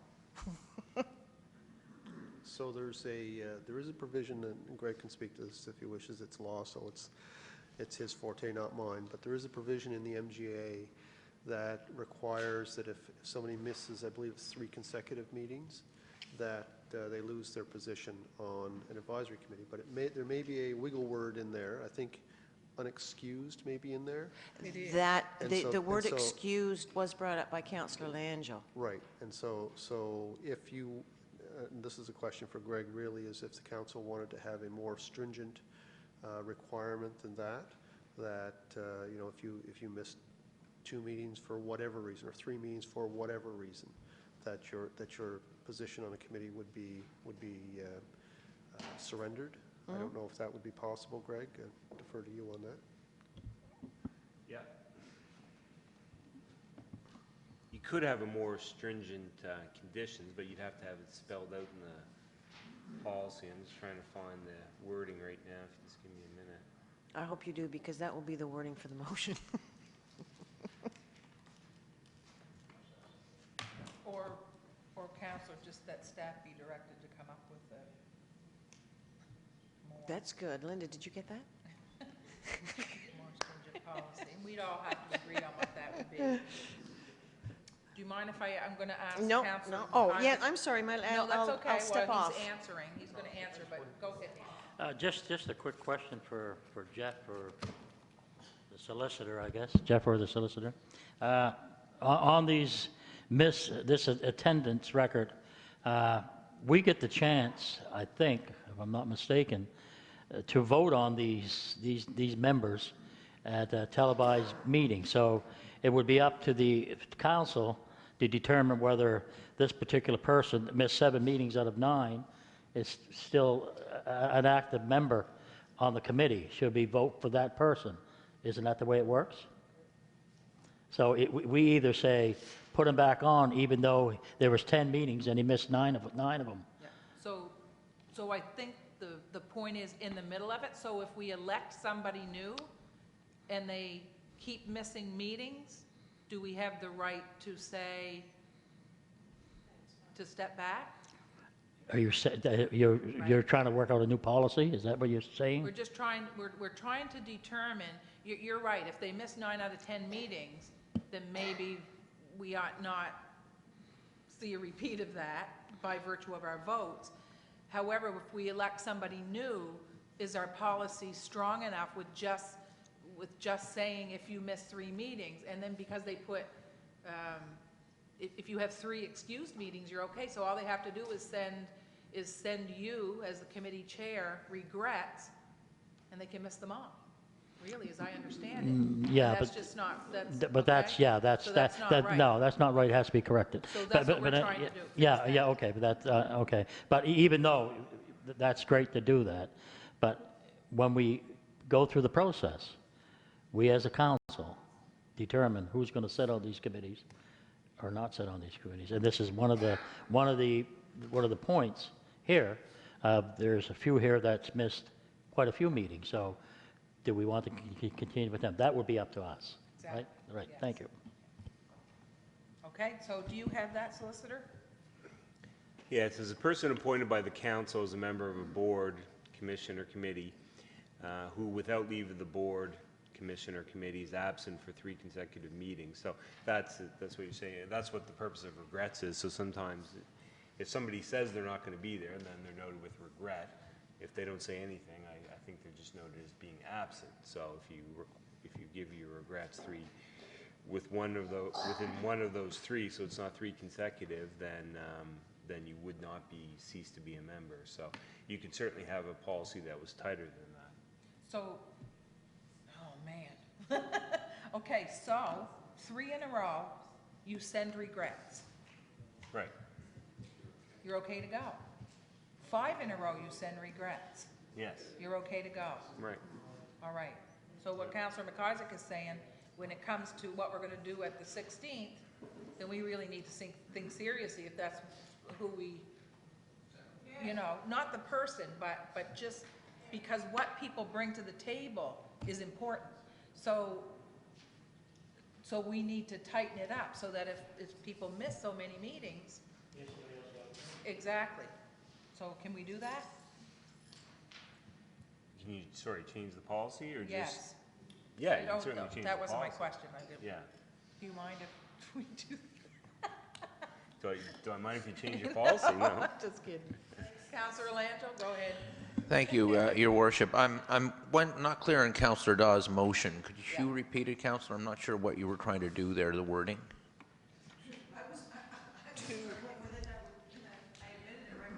I'm just wondering. The policy, the motion is to direct staff to tighten the measures, whatever words we want to use, to tighten the measures whereby a certain amount of missed meetings. So what do you think? Well, I'm thinking we're in the middle of reviewing the policy and bylaw for committees anyway. Why do we need the motion? We're doing that. We're meeting next week, I believe, because that's the intent, to go over that. Oh, we are meeting on that. No, we're still meeting on the committee policy, so we don't really need the motion. Just we've heard the opinion of council. And I think all we really need is some direction from Jeff. From Greg as to the wording to tighten it up. That's all we need. Just tighten that up a little bit, and that could be done at the committee and brought back to council, ideally by the April meeting, when we do the committee appointments. To me, that would be the logical way of solving it. Okay, I have a lot of lights. Councillor Dennis, is this about this? Yes. Okay, go ahead. So the policy, I would like to see that because it's not just, we're going to vote on who's going to be on these committees now, and we see who has missed meetings, but we're actually going to have new people.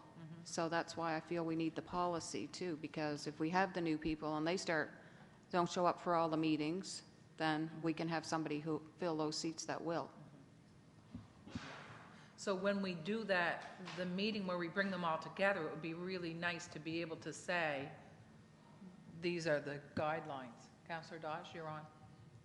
I'll give it to Councillor, CAO. I was going to ask him for input anyway. Okay, so at the last bylaw and policy review committee, we looked at the council meetings bylaw and the agenda policy, and direction was given to staff to take sections from one, incorporate them into the bylaw, made some changes to the bylaw. Those have been made and vetted through the solicitor, so they're ready, as was directed at that meeting, for council, unless the committee wants to see it again one more time. Okay, so I guess what I'm hearing you is that you want to now look, at your next meeting, you want to look at the citizen advisory committee appointment policy, and you want to deal with this issue Back to perfect. council. Just want to be clear. So we're good in terms of that committee. We're good with that bylaw we were working on coming right to council. Yes. You don't want to see that. Good? Good to Yes. go?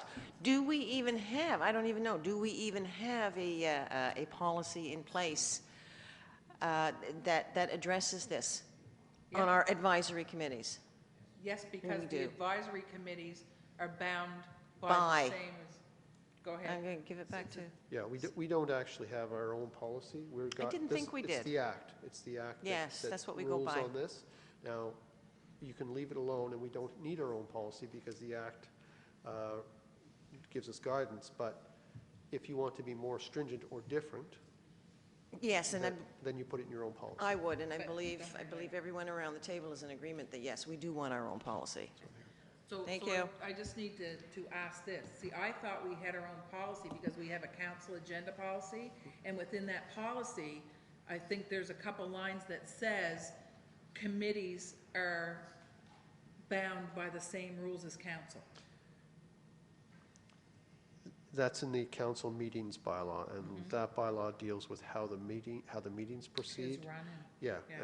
and so yes, the Okay. committees are bound by that same bylaw, but it is silent on missing meetings and. Oh, I thought and- that was included in ours as well. Okay, good. Yep. Okay, perfect, thank you. So do we need anything else on this? Phew. No, good for you. What was the question? I need to have the motion again. Do you remember? But she didn't have it, but. But do you need a second? Is it this, is it the? I don't know. Okay, hold it. I thought the motion you were gonna make had to do with that policy and that we were doing this anyway. Do you need the motion? So that we didn't need the motion, but it wasn't seconded. But we didn't have a policy. We didn't have a policy to begin with. So this is a different motion.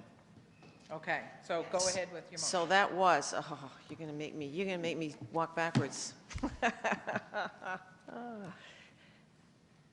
And I'm going to refer to the CAO on this, because you know exactly what.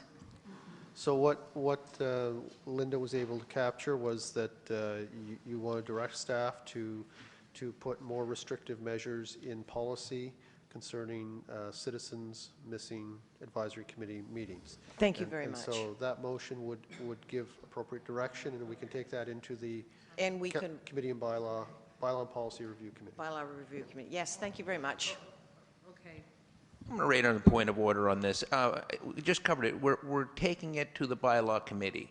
So now the motion, so Councillor, are you trying to say you want the staff to do this and not the committee? Because the way I'm understanding your motion is you're directing staff to put more teeth in it, when I thought the intent was that our bylaw review committee was going to review this bylaw next on our agenda and do the same thing you're asking for. So the question is, do you want the bylaw committee to do it, or do you want staff to do it? As I understand, Because Your if you- Worship, can I as interrupt you? CAO, Mr. May- CAO, we don't have anything in place. Yes, we do. We have the council advisory committee bylaw. Mr. CAO? There's two things, we're talking about two separate different things here. things. That's the issue. Yeah. Go ahead, CAO. We have a Citizen Advisory Committee policy, appointment policy, citizen appointment process policy. And it does not speak to citizens missing meetings. And I just took a quick glance to make sure I was speaking correctly. We also have a Citizen Advisory Committee policy. And without looking, I believe it is silent on that issue as well. Okay. Thank you. So we're, The two documents already. The motion that Councillor Dawes is making is staff are being directed to me, I thought we were just going to review this in the bylaw review committee. And I'm confused because when we have a staff direction, the staff will bring it back to council. So we're going to be circumventing the bylaw committee. That's all I'm suggesting. Who's going to be bringing it back to council, staff or the bylaw review committee? so right now, I would say that she is asking staff to come up with the wording, bring it, which is fine and appropriate, bring it to the advisory committee, and then we in turn bring it to council. So the motion needs Yeah. to say it because the motion is simply directing staff. Okay. Say to direct staff to bring the review. Okay, so we're gonna, work on that. Yeah, we're gonna work on that. So the motion would be to advise staff to come up with teeth. You're gonna, Linda, use a different word for teeth, and to bring that wording to the bylaw review committee at its next meeting. Okay? Then good. Because it was, to me, it was there was two different things. It was something else. Good. Phew, man. Okay.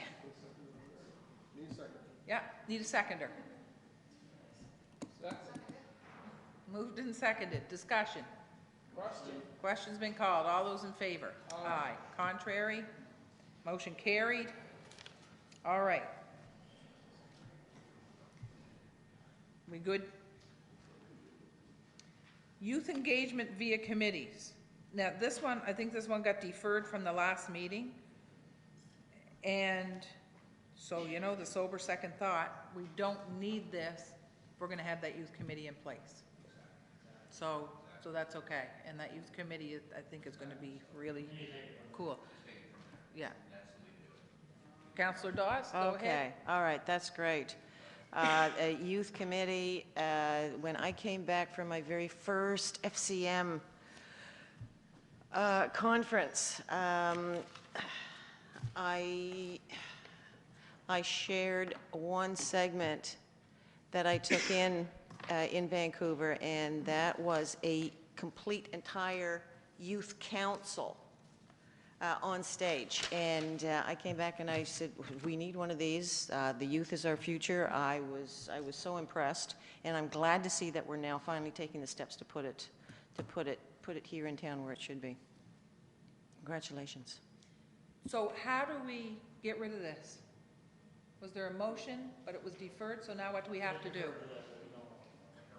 We just leave it? Okay, good. Fire prevention bylaw amendments. Fire prevention with our awesome fire group.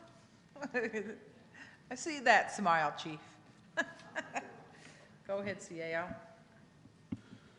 So, Your Worship, these are proposed amendments to bylaw number 16 on fire prevention that would address the issue we spoke about, I believe, a month or so ago, concerning the number of units in a rental building, in a building that rents out residential units.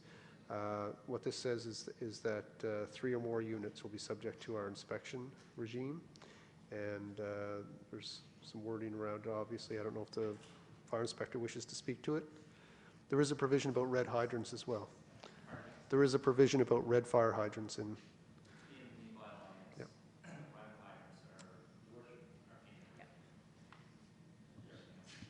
Go ahead. Just for, and Jeff, I apologize for cutting you off short, but if the inspector could come up and speak on mic in case people are listening out there, I think this would be a good exercise for the public and the press to know about, and that would answer a lot of people's concerns about what right this gentleman has when it comes to entering private properties and stuff. So maybe if you could read it, Your Worship, it'd be great.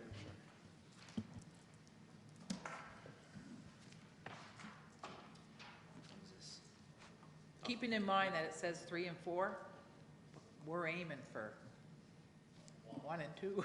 Eventually, yes. Yes. Yes. Currently, right now, the provincial regulations mandate that any commercial property or any apartment buildings that are 4 units or larger are required to have a system of inspections or be within a system of inspections. Currently, there is nothing for 1, 2, or 3 unit apartment buildings. Shut that door, please. That cuts out a lot, yes. There's Now- about 6 to 650 guesstimate in the 1, 2, or 3 limits. So, Can you hear him, Tina? can you hear me? But geez, I'm going to ask you to, I just couldn't hear, so, and Tina can't Yeah. hear back there, and Yep. so if you, speak into the microphone. Speak into the mic, yeah. Yeah, nice and loud, because that was important. Yep. Thank you for doing this. Yep, no problem. So like I say, currently there's a provincial mandate to inspect 4 units and larger apartment buildings, but there's nothing for 1, 2, and 3 unit apartment buildings. I don't think they're any less important than the 4-unit or anything else. So I think a system is good to have in place to eventually get to those other units. Treat everybody equally. Yeah. Do we, because ours says 3 and 4, right? Is this ours, our fire policy? I don't have it in front of me because you have mine, but is it ours? Do What's we that? have to follow the province? Provincial, yes.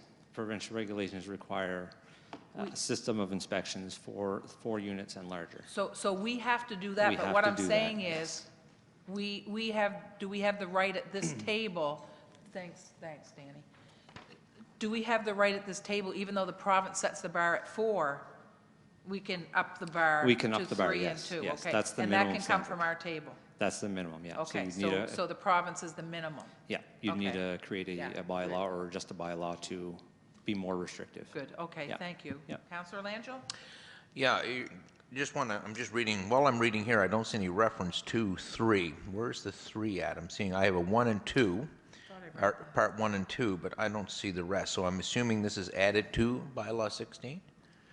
It says, am I missing maybe a senior moment here? There's currently nothing in the bylaw for. So it says any dwelling, so it's 1, 2, and 3 you're asking for here, not just 3? Because I heard the number 3. Eventually, yes. Go ahead. Go ahead.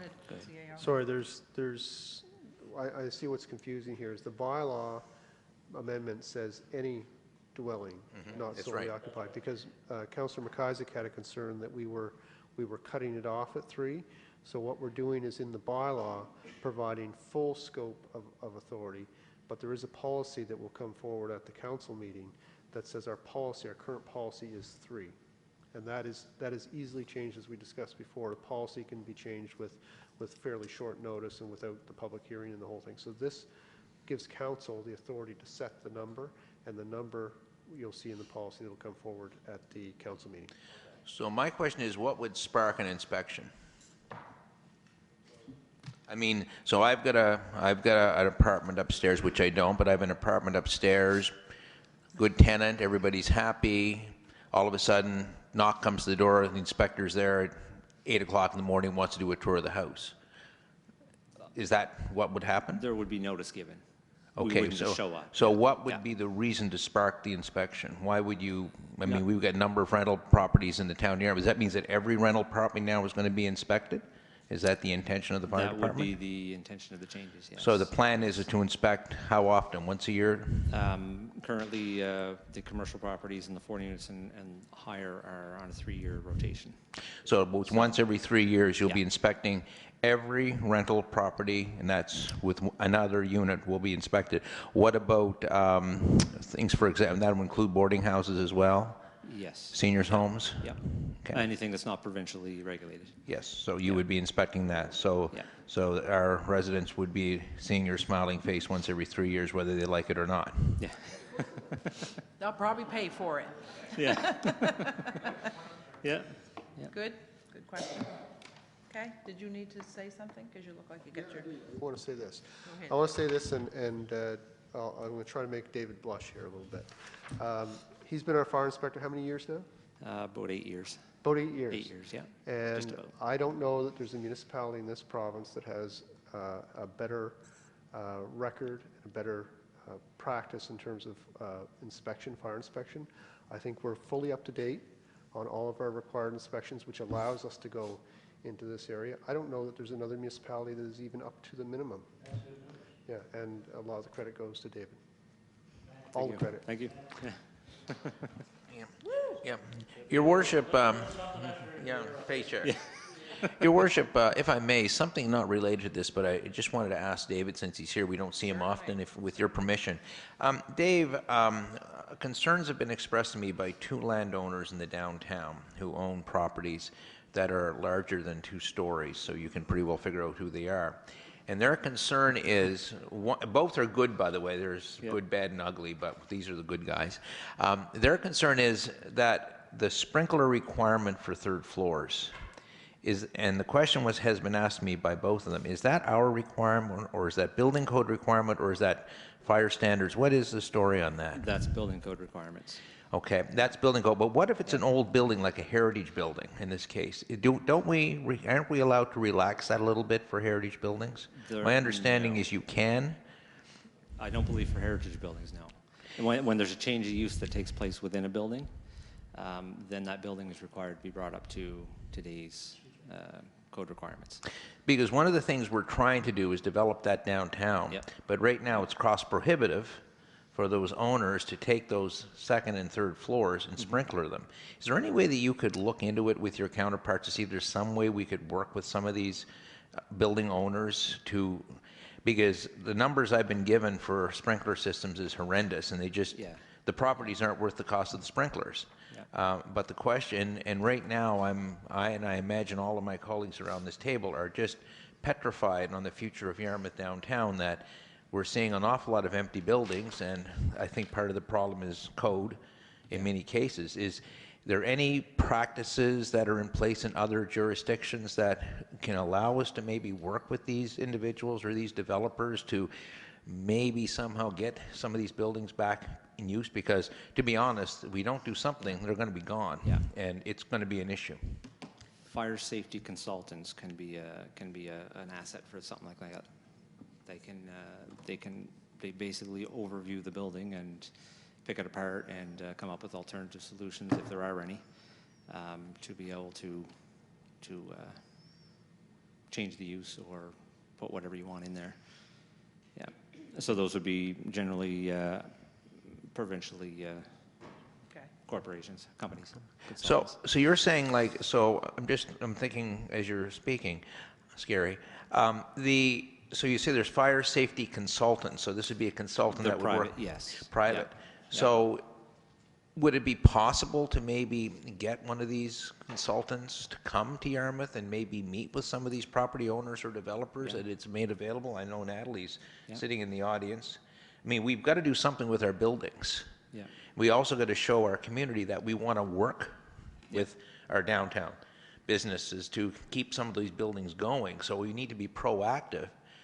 Could you maybe provide us a list or give us a list of who some of these consultants are through Natalie? So it may be something worthwhile, because this has been a huge problem, Your Worship. Those larger buildings, as we're seeing them right now, and their property owners are sitting on 2 and 3 floors that they can't use. And we all know what's happening. And I'm really fearful that the face of Yarmouth downtown in 5 years is going to be a heck of a lot different than what we're seeing on those streets right now.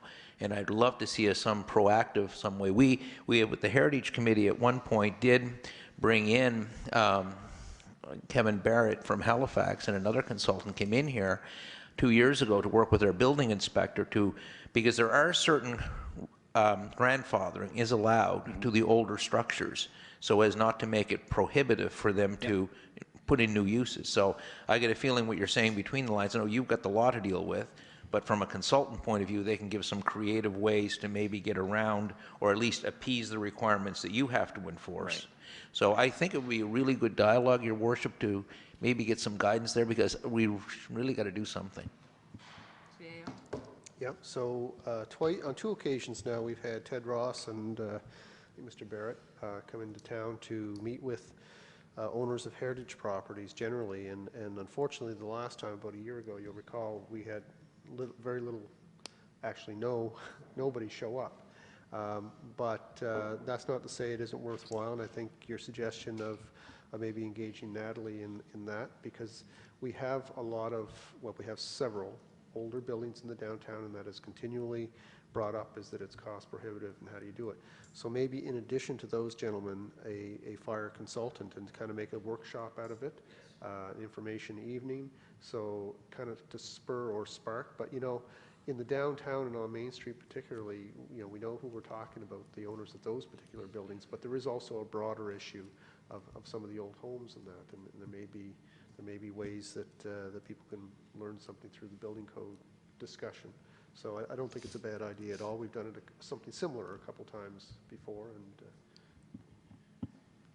Councillor Dawes? Thank you, Your Worship. I have seen in other cities, towns, other municipalities, we're not the only ones that are lamenting this and have this problem.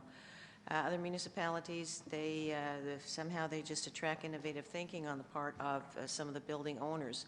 And they have turned their old, and they're old. Some of those buildings are older than ours here. I've seen some of them 2, 3-story brick buildings. They were turned into student residence, student apartments that they rent out.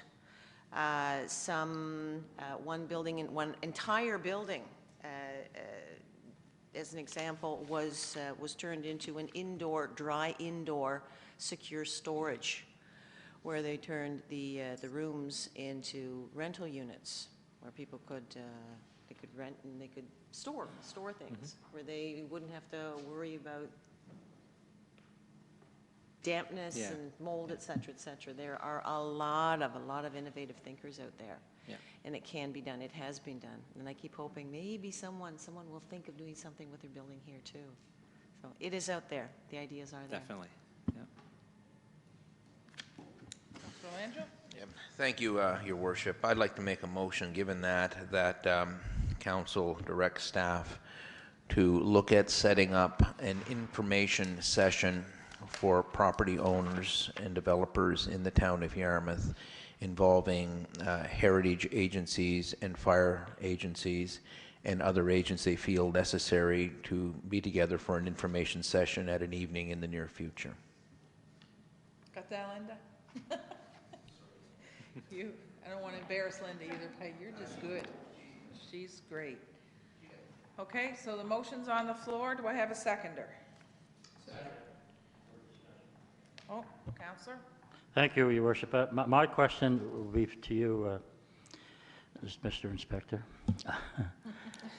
The second and third floors, consulting, I'm not an expert on this, but I can't see, like I said, there's no cost for justice. That's his bag over there. But I can't see any, I wouldn't like to think that there would be any relaxation on third-story or fourth-story buildings for fire prevention, like in sprinkler systems and that. And I don't think, I'm not sure, but I can't see the province saying, okay, you build it on because you own an old building, we're going to lax the fire sprinkler system. I think that would open up a can of worms. Yeah. I don't think it's going to happen. That wouldn't it's not going to happen. It ain't going to happen in my lifetime. And this is not a new issue, it's an old issue. I've been sitting around this council table, this will probably be my 10th or 11th year, and this always comes up. And you know what comes out of it? It's too costly, it's cost prohibitive, it ain't going to work.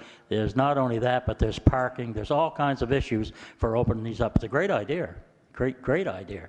And I think we could deal with parking and stuff, but I don't think we're going to deal with the sprinkler systems or the renovations of it. And I don't believe, unless the town of Yarmouth is going to pay the bill to have these buildings renovated, it ain't going to happen, not in my lifetime anyway. You can just say, I'll take that under advisement. Yeah. No, you're, Yeah. no, exactly. Yeah. I think we all agree. There definitely would be cost, and that bottom line, that's always the issue, but, There's got to be a way to figure this out. yeah, you got to Okay. start somewhere. Thank you very much. Is there anything we need to do with this? CAO?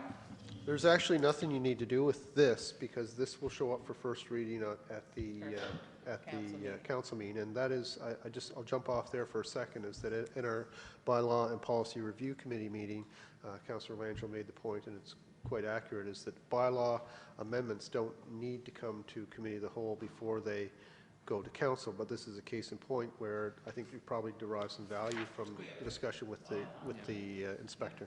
Yeah. Yep, question on the motion. Okay, all those in favor? Aye. Contrary? What was the motion?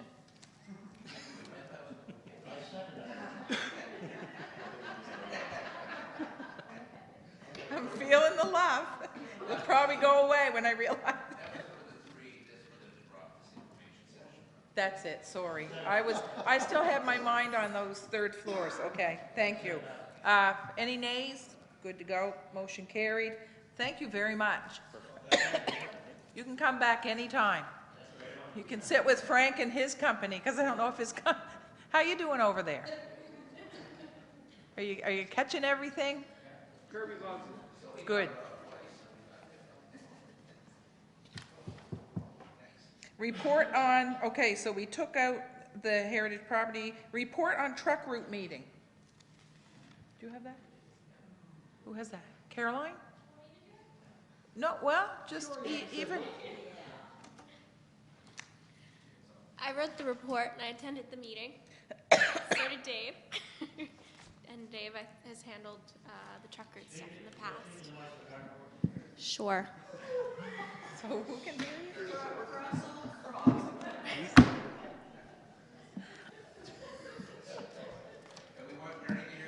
Oh.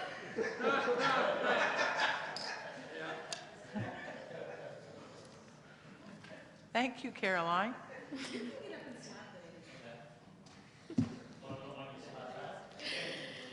So, council advised staff that they would like to see, here's some information from trucking companies and truck drivers on the town truck route. So I attended the meeting and Judy took some notes and we wrote up a report on it, and that's what's in front of you today. So if you'd like to ask any questions, I can do my best, and Dave's here as well to do that.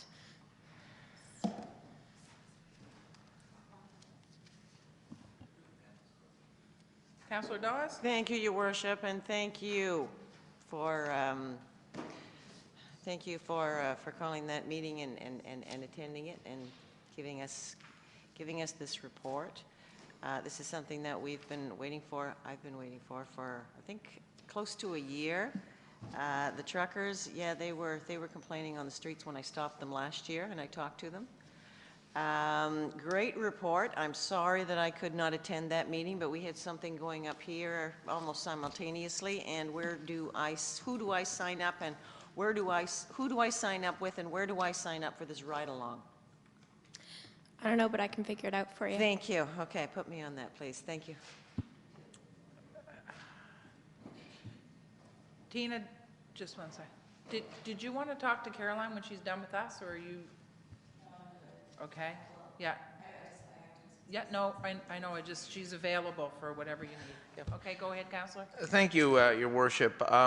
Dave, since you're here, and this was brought up at council before, reading the report, I noticed again the truckers are expressing, there's a little bit of concern about the Milton Corner again. And I know we discussed it in the previous council and kind of nothing happened.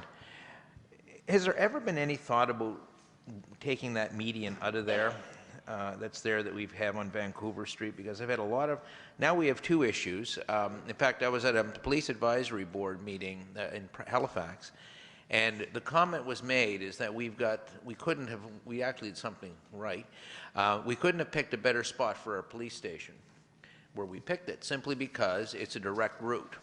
Now, the only problem is if the police have got to respond to a call on Vancouver Street with that median, they're going to have a problem because they can't turn left. Truckers I've watched are having huge issues getting around there because of that turn. And I'm going to bring up something that's going to probably throw things at me. Have we given any thought to maybe moving the fountain a little bit and maybe taking that median out of there to actually allow traffic flow there? I know there's some traffic issues there. I've watched trucks on my walk trying to make that turn, and that is the best turn for trucks on Water Street because they can come down water. It's a gradual slope coming around, and I've had so many truckers comment to me that is the perfect route for them to go around when they're along Water Street, especially if they're carrying fish. Was there any discussion at that meeting on that corner? There was, but not as much as I thought there might be. There were kind of bigger concerns. I think that intersection in general, they were concerned that the light didn't last long enough for them to get their trucks through. That was the biggest concern I heard, more than the median.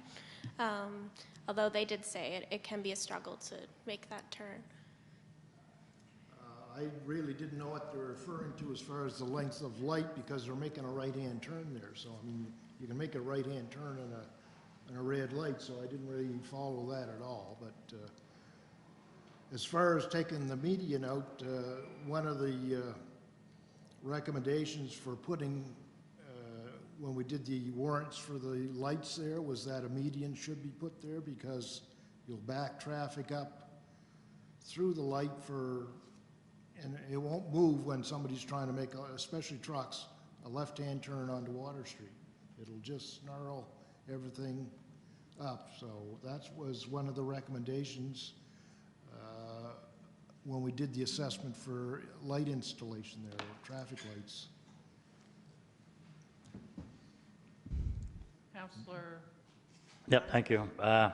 Well, if you go down, if there's any traffic at all coming down Vancouver Street, 4 or 5 cars, and I had the pleasure of being one of those cars here week before last, and it's dangerous. It's really dangerous with the medium there. It's just a total screw up. That's what it is. When you're going to make a left-hand turn, you've got people that are waiting for right-hand turns. Some turn, some don't. You got somebody waiting Water Street and coming up Water Street. There was traffic all garbled up. It was just unbelievable. You couldn't get in to make the left-hand turn before the light changed, because the light changes real quick. So there's definitely a problem there with the medium. Definitely a problem. And it's a problem with trucks. It might be the traffic loops. Well, what could be? I don't know what it is, but I can tell you that it's a screw up, and you can catch it every day around 3 o'clock or 4 o'clock whenever the shift from the hospital is getting off or going to work. Now, I've got caught in it 2 or 3 times, actually. Sometime I had the pleasure of picking my wife and that up, and it happens. It happens all the time. Not because it's me, but it happens to anybody. Well, and it's not good. sometimes you don't catch the cycle right. Yeah. I mean, if you're making a left-hand turn from Maine onto Vancouver, sometimes you don't catch it and Yeah. get the arrow. Yeah. It won't come up because. Yeah, but I think there's more to it than that. I think there should be perhaps we as a council should really have a second look at it, and that's my thought. Just as a secondary, Your Worship, too, and what I've noticed again on my walks last year and this year, a lot of cars, and I would say a lot, including police, have actually made an illegal left-hand turn and gone up Vancouver to try to kind of do that loop. Now, a police car had its emergency equipment on, which was fair ball. But I mean, on the other hand, I am seeing people now turning left illegally, trying to beat the median before the car comes down. And that's quite scary, too. And the question to the CAO, do we own that hunk of land? I think we do, by Marcos. Is that little small green area ours? Because I'm wondering if maybe that could be a way to maybe widthen. Maybe we can creatively go in there and say, is there a way that we can improve the traffic flow by cutting into that little park area there a little bit? Because it's not used. It's just a green space right now. just a green space?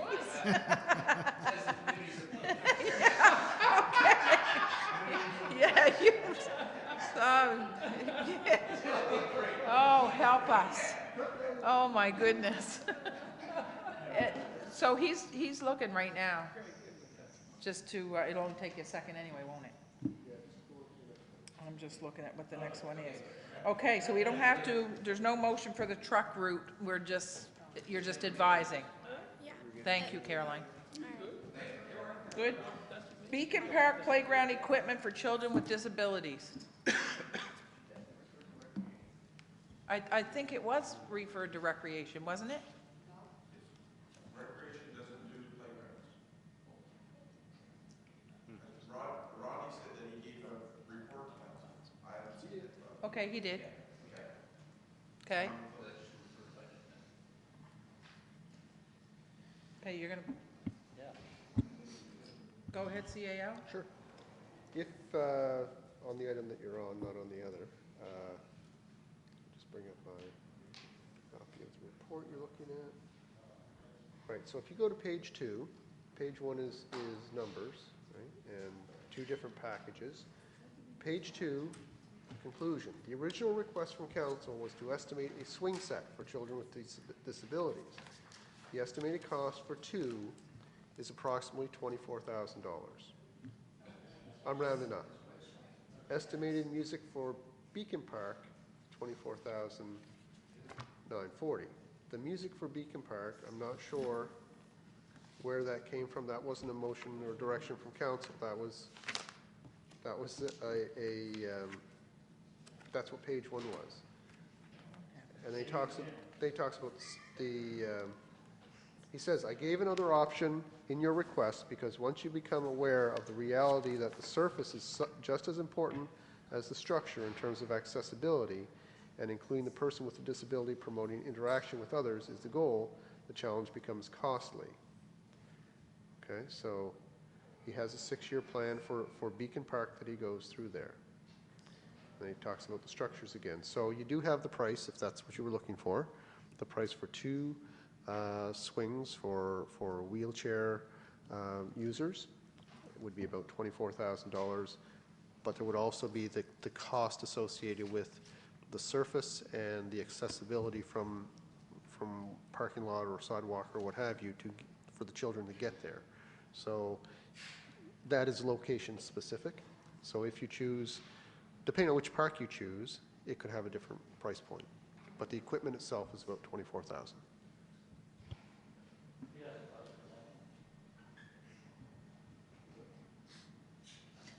Okay, so we can just defer that to another. Go ahead, Councillor. That was just for information purposes, and you would have to have money set aside for that. The recreation director said that there could be monies out there, grants and that could be out there. Is that what you're indicating? You're going to check that out? And then perhaps we can deal with it when we find some? I'd like to know, I'd like to know the cost too of the setup. Yeah, well, there's more than just the Beacon Park. We have other parks. Well, that's what I'm saying, there's 2 Yeah. swings, but I had spoken to Frank briefly about just the swing and I was thinking the Yarmouth South for one, and we had mentioned Beacon for some other equipment. Mm-hmm. But Have you got room up maybe there? There's so West much Front- equipment up there now. Has it got room up there for more equipment? I think it was the disabilities piece. Oh, okay. There was something that we could add, that's the piece that you were saying about the other pieces. But that the laying of the groundwork would be difficult, but the opening at Yarmouth South was wide and, you know, there's not much in there, yeah. there's walkways and stuff in the Yarmouth South playground as opposed to Beacon. It's easier, even though Beacon's wide open. Go ahead, Councillor. Your Worship, I'd like to make a motion that Mr. Doucette's report be referred to the Recreation Director for his review and for his recommendations as to the next steps we should take to maybe look into this. And if there's a second, I'll explain what I'm trying. What I'm simply asking Frank, look at it, tell us if there's what's available, what monies are available that we need to go after. Let's work together with other groups if we have to, because you know you've got a pulse on what's going on. And then maybe at our next meeting come back and say, okay, here guys, here are your options. I'm recommending it go here, here, and here. Because Rodney is a great guy for the parks, but you're the recreation guru, and it's now point we're looking at recreational services for people with special needs and handicap, and I think your recommendation would be very valuable as to what avenue we should follow. So that's all I'm suggesting. Okay, so when we said parks, you said you didn't do recreation doesn't do parks. So what's your response to that motion? I'm just in an advising role with working with Rodney and his budget. So you're good with this? Yeah. Okay, so there's the motion. I just had to understand. Yeah, no, I just didn't understand the logistics. Okay, who wants to second that? Second. Moved and seconded. Discussion, questions been called. All those in favor? Aye. Contrary? Motion carried. Okay, correspondence for action. David Oley request, and Mr. Oley would like to be able to do this town crier thing at the opening of the Giant Tiger on May the 9th, and he's looking for approval. So I'd like to move that David Oley be given permission to attend the opening of the new Giant Tiger store in May. Okay, so moved. Second. Moves, you had your light on to move to. There, see, it's working. Just need lights for motions. Thank you. Moved and seconded. My light is not on, so that's why I'm saying, I thought we just all agreed that to make a motion, we would have to put our lights on. Did we not mention that? We did, and that's what I said, it just worked. He had his, yeah. And Sandy had hers on to make the motion too, but his was on first. Councillor Langell puts his light on before anything happens, just in case. Okay. All those in favor? Aye. Contrary? Motion carried. Thank you. Previously distributed? Nothing in there that we need to... okay, so additions. Could somebody get Councillor Langell a cough drop, please? Councillor McCarthy, if I had known it was you, I would have answered faster. Thank you. I'm looking at the Nova Scotia New England Ferry Service, the letter we asked you to write. When we asked you to write letters, would it be appropriate or would it be too much to ask to send a copy of the letter that you write to these people? You know what I mean? Would that be appropriate or not? Okay, no, I don't understand your... We asked you to write a letter on the town council's behalf. Yeah. I never get to see the letter that you write, I guess. Oh, where do they go? Maybe there's a disgruntled postal person. I don't know. Oh, yeah, no, that's... Okay. Yeah, just a copy of the letter. I mean, you share everything else. Yeah, so I just... Yeah, and usually they just have the motion and stuff, but can we make sure? Yeah. I never even thought of it. It's good. I'd like to read them, that's all. Thank you very much. No, I didn't realize. Linda said we've never done that. Yeah, that's good. We do now. Good, thank you. Okay, yes, CAO? So I've gone online and I found out we own 628 Main Street, which is that piece of property to the immediate north of Marco's Restaurant. They were correct. They were correct.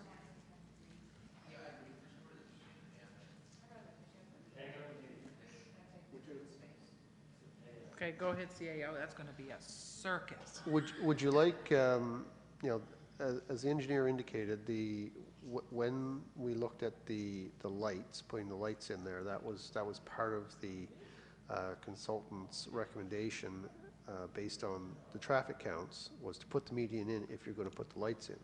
So do you want them to look at that option, or do you just want to make the decision? Could we could we get a copy of that report? Because that may answer all our questions.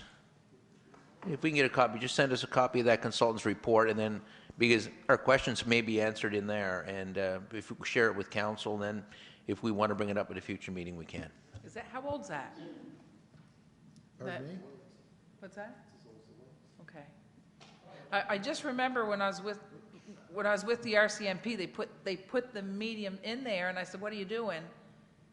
And everything just said, if we don't, because it was so crazy with everything turning, and you just, but that, what?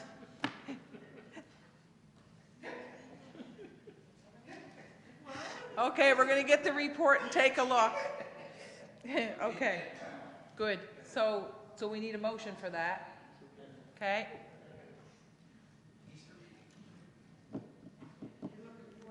I'm looking, just don't say I moved that, because I don't know what. Just going to get the report? Okay, thank you. Okay, funding request, Agricultural Society. I was missing a couple, there they are, okay. Sorry, Linda. I thought I just had this one page. Councillor McIsaac? Thank you, Your Worship. We've already dealt with this. We dealt with this there a month or so ago, so, I mean, when's no, not no? I mean, how many times do you have to say it? I'm glad that the municipality gave them money, but that's fine. We've said no, we've said no, we've said no. So I say we received and placed on file. We said no. After the decision's made, it's council's decision. Yes, the council's decision. So anyway, I say we receive this and place this on file. That would be my motion. Okay, Councillor Dawes? No, thank you, Your Worship. Correct me if I'm wrong, but were we not looking into additional information with regards to the financial questions? Not me. We were, and we got it. We got them? Am I still on or off? Well, actually, your light was on, but I thought you were finished, sorry. Well, I was made my motion, so I was just waiting for a seconder. I guess there's no His second. motion is to receive the The letter information and place on file. We've already said no twice or 3 times. Okay, moved and seconded. So your question is, did we not get CAU, you remember doing that? The additional information that we were looking for. I already got It it. gets confusing. Yes, it where does. It just gets confusing, so. Yes, So I yeah. remember the information. So the question was, did I get it? Yes, I actually remember that very clearly because I Yeah. got it by telephone call, and I had took the call while I was driving and Yes, paid the that's price. that's right. Paid, yes, I got a ticket, actually, and deserved, because I should have thought, don't answer the phone, but anyway, personal circumstances, I thought it might have been something else, but it was the Agricultural Society. So the question was that their attendance numbers and the reported impact of having 10,000 fewer, 1,000 fewer people attend their event, it didn't, the numbers weren't adding up for me, and so the question was, can you help me to reconcile the numbers? And the answer is, well, you can't do that. You can't reconcile our gate number with our gate revenue, and the impact of 1,000 fewer people in our gate number impacting our revenue. You can't do that because the gate number is not the number of paid customers who come through the gate. It's actually the number of times a person walks across the threshold.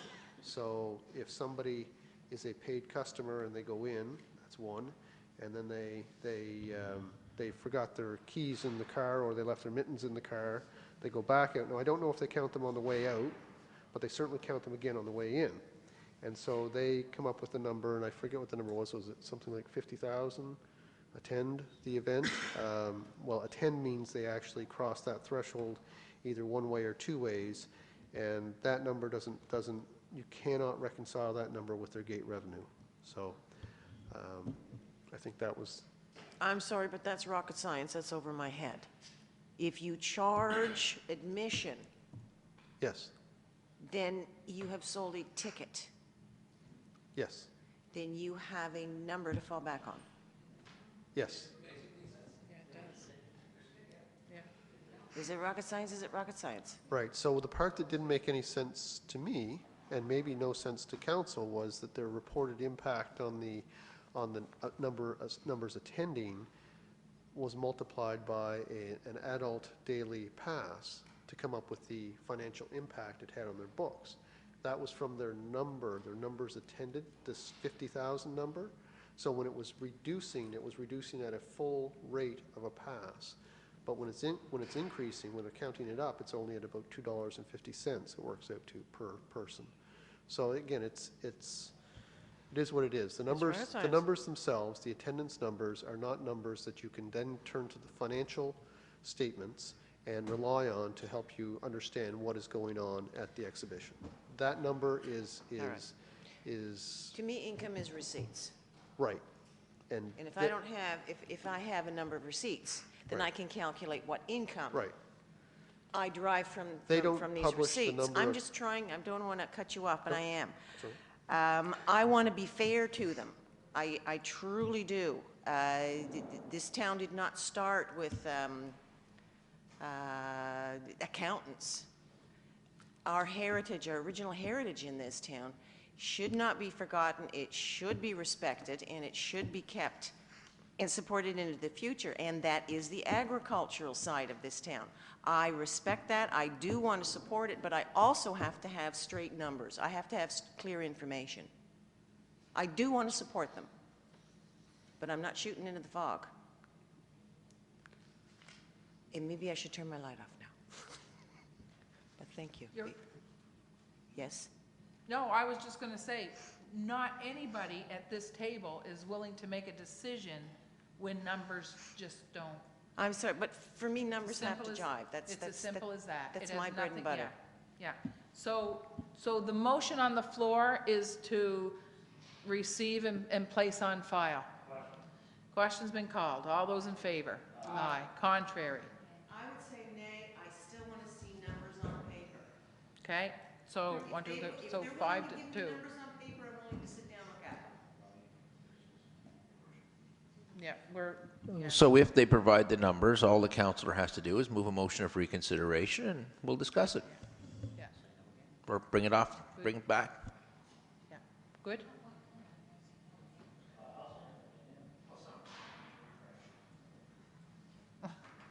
See, and you will do it again, it'll give everyone more time again. You may not want it. Hold it now. Let me just, this is not about the Agricultural Society. This is not about the Agricultural Society and support or lack of. No, I know. This is about, we have to make our decisions with taxpayers' money based on the information that we're given. The information did not warrant a majority of vote to go forward. So it's not about, so I hope nobody turns it into the Agricultural Society, because it is not. It would be the same with any other organization coming from money. That's when people come for grants to organizations. We want their finances, we want the information, we want all the facts before we take taxpayers' money and say yes or no, in good faith that that's being used right. Councillor Mooney? And maybe the CAO or solicitor can go over the process of notices of motions of reconsideration, because we just don't come up here and say, oh, well, maybe we made a mistake and we'll vote for not only this this organization or any organization with the dollar figure. And can you go through the process? Because we couldn't make that decision today anyways. There is a process, right? And it could be 2 or 3 months down the road by the time this thing is decided, right? With the notice of reconsideration, if the CAO or the solicitor Can he do that first, Danny? Okay. This might go with what he's going to say, but you know what? I would like to think, and I hope, that our CAO, looking at this, and he took great pains in going through it, and I even called him out on it because I phoned him on it and told him that I thought it was a waste of time and effort, but he proved me wrong. But I would like to think that if this motion had been passed at this table, that he would speak up and say, you made the wrong decision, even though he wouldn't do that. I don't think he would, but I would hope that he would, because it is the wrong decision, and we're not representing the taxpayers, as you just said. The facts are the facts, and if it don't add up, those are the facts, and you go on that. That's what I go on. It's got nothing to do with personality about the Agricultural Society. Got nothing to do with that. They're just like any other nonprofit organization. If it doesn't fit, it doesn't fit. That's all there is to it. So I have no grudges against the Agricultural Society. Nothing. Like any other organization. I think they're a great organization, and they're in trouble. I feel bad for them, but I think perhaps they got to do a little bit more homework on how they're doing it. But that's their business, not mine. Thank you. You can't base your vote on if you feel bad. Yeah. Go ahead, CAO. Question was about reconsideration. So there are two parts in our council meetings bylaw that address that. First is dealing with in the same meeting, when a decision is made, any councillor who's voted upon it, which would be any councillor who is present who is not in a conflict of interest, could give notice of reconsideration at that meeting. And so that would be for the next regular council meeting. So it's at one council meeting for the next regular council meeting.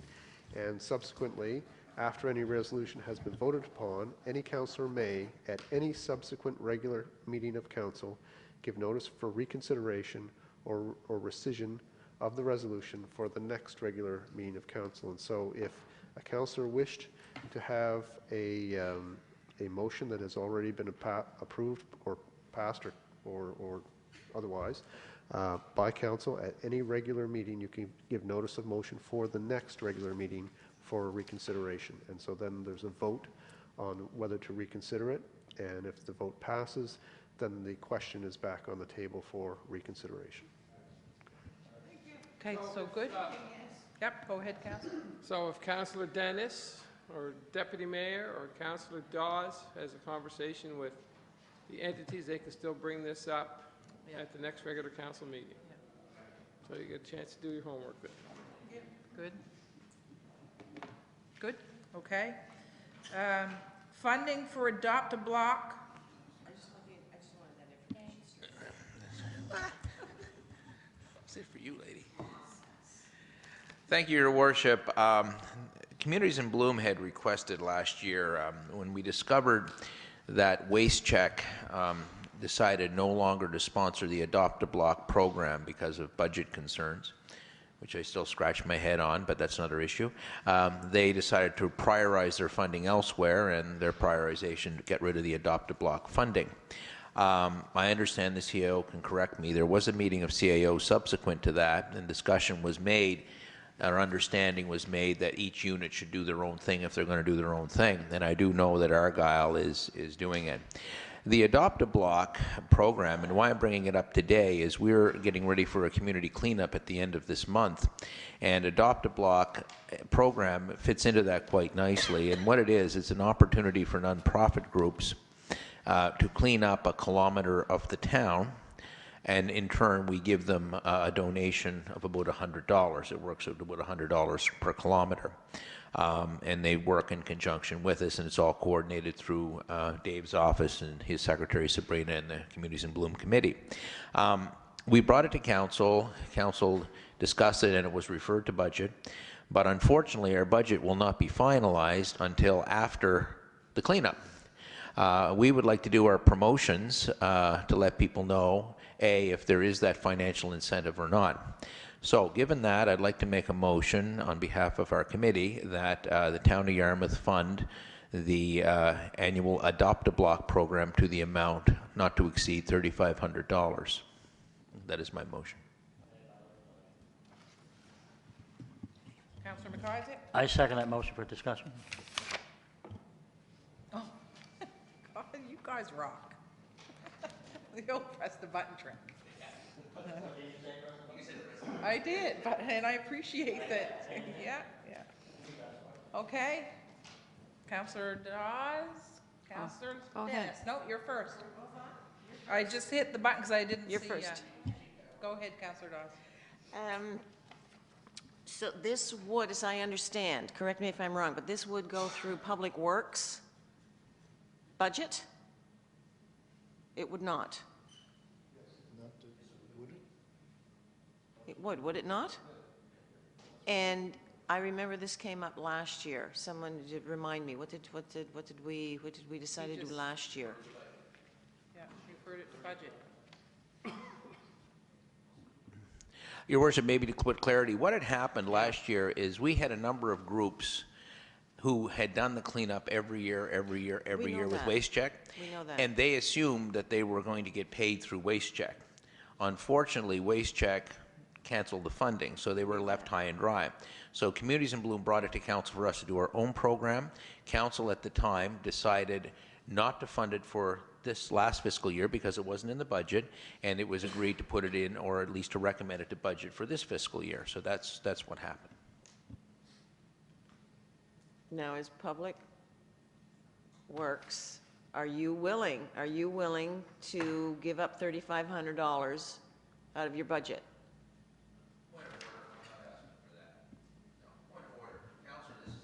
Budget item that we're asking to be added to the Public Works budget. I thought it was in the. No, Councillor, if you heard my motion, it was to add it to the budget. Oh. Were you going to? Okay, go ahead. Maybe I should know the answer to this, but I don't, off the top. Is there a set of guidelines or a policy for this so that, so staff can administer this, or is that yet to come? The answer is, I'm not sure if we have a policy to give grants. We have a policy to give grants to organizations, so I would think this would fall similarly to that, except it's not they're going to be applying to us for permission to do a street cleanup through an application process, and we in turn would be giving them back $100 for cleaning 1 kilometer. That's basically what it is. Yeah, is that written anywhere? I guess is the question. Is there a policy that says that we can do that so that when an application comes in, I want to clean up Cliff Street? No. Okay. So we'd have to create a policy. Let's try and do that. I mean, if we have, I don't want to put it all on you, but if we could create some guidelines on that, because I know you're working on very short timeframes, but we also want to make this administratively easy. We can drive, if council agrees today for the funding, we can crank something out over the weekend for you. That'll work and circulate it to council. It'll just be very simple. I mean, 3 or 4 points, that's all. All right, so let me ask this. Is this something, because we do the grants to organizations, is this something we can add to an extra line, the 3,500 to be, then we okay it all together? Every year subsequently, not this year, obviously, but then it's taken care of every year. That would be a great way. If we put it as a line, so up to CAO, what he recommends, I mean, it could go there, it could go fit within Communities in Bloom, it could fit somewhere, wherever, for accounting purposes, the best place to put it. Then we wouldn't have to come back every year to do it. So he'll give that some thought, but it is grants to organizations just in another form. And we shouldn't have to do this every year. So with that thought, and that's an interesting thought, because the only concern I have at this point is approving specific items in the budget. I know we've done it with grants, we've done it with capital for reasons, but to start approving parts of the budget before we see the entire budget makes me a little uneasy. However, we do have the $10,000 in the grants to organizations, and if this were to be earmarking part of that money, if we can't find any other money for it, then it makes me a lot more comfortable. I think that would be great, yeah. Because we have been trying to be a little bit more stringent on who's coming in, and that 3,500 is going to go a long way. And the other thing is, as we had the discussion at the table the other day, Communities in Bloom, 3,500 might not be the total number. It might be a little less than that, too. Yeah. Yeah. But just to be safe, Just to right? be safe, and that was the total that was kind of with the percentages of when they did it at Waste Check that we came up with the town of Yarmouth. And I don't know if it was ever, I think it was used a couple times all, but 35 will be the top limit of that number. It's sort of like that 10,000, right? We don't always have to use it, but it's there just in case. Okay. Okay, so that, Councillor Dennis? Question? So I'm just going to ask one more question. Do you have a question, or you call the question? I know you're calling it. So she's called the question, but just let me ask it. So to make the motion clear, it's for us to approve the $3,500, but CAO understands that we're good with taking that from that 10,000. Okay, because yeah, even if we don't have to, it should probably, that's the first place we should go. Okay, how about, does that help you even further? Go to the 10,000. Okay, really. And just to add, Your Worship, your suggestion is very good. The idea of looking at that in future years is maybe part of that grants to organizations, then, because it is, in essence, we are giving them a grant. It does fit within that line quite tidy. And we just get our policy on that, and we should be good to go. Okay, good. Thank you. Okay, so question's been called. All those in favor? Aye. Contrary? Motion carried. Budget meeting time, April 14th, 2000. You're just, yeah.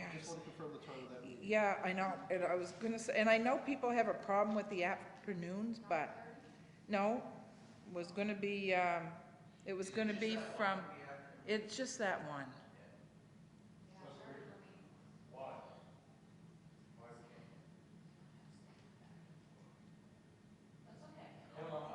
No, he's asking why.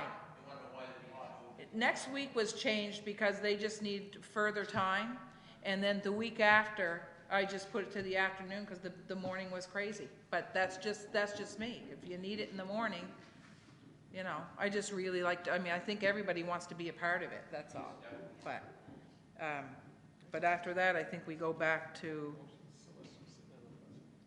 yeah, we're going back to the mornings. So are we okay? Everybody's okay with the 14th, wipe the 7th out of your calendar, the 14th from 1 till 3? I prefer the morning. Yeah. Okay, and it's just this once. I prefer mornings too, then it's done. It doesn't take your whole day. Okay, so you good, Jeff?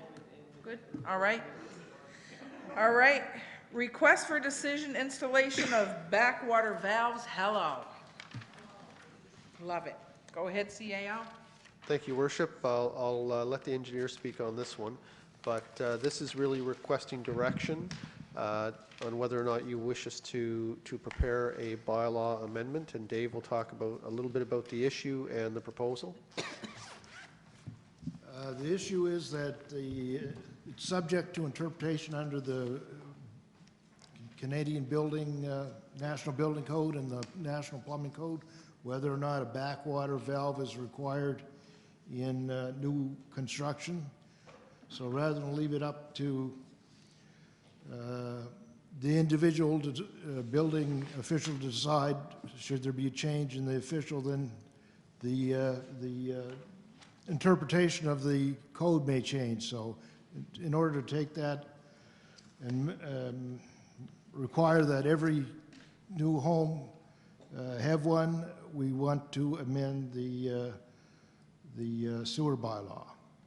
And there's no question then. It provides protection to the homeowner, reduces damage as a result of flooding, and so on and so forth. So it's a lot cheaper to put one in new construction than to retrofit it after the fact, which is thousands of dollars. So that's the recommendation.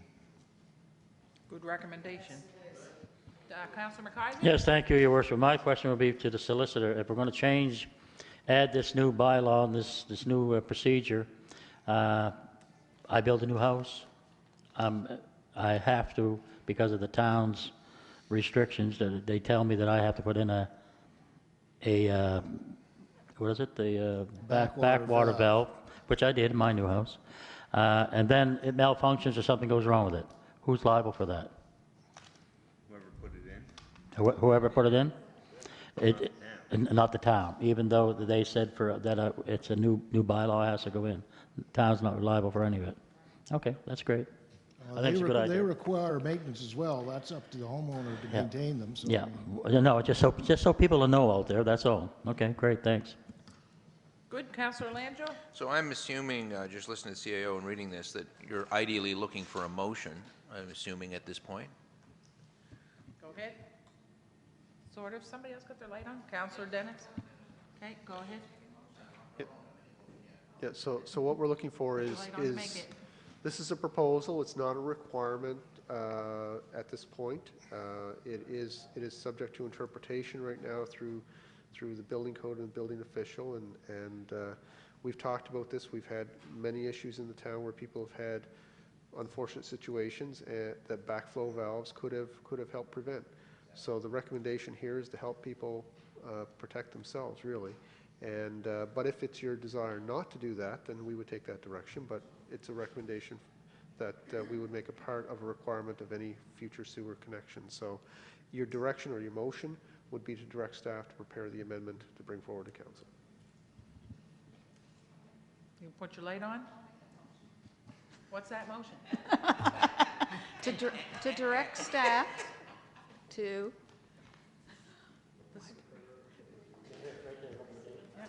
Well, right here, right? Yeah. To require all new construction in the town to install backwater valves to protect against sewer backflow. Second. Moved and seconded. Question's been called. All those in favor? Aye. Contrary? Motion carried. Digby Area Tourism Association, 183 Loop. Go ahead, Councillor. I'd like to recommend, I'd like to make a motion, Your Worship, this be referred to YASTA for consideration.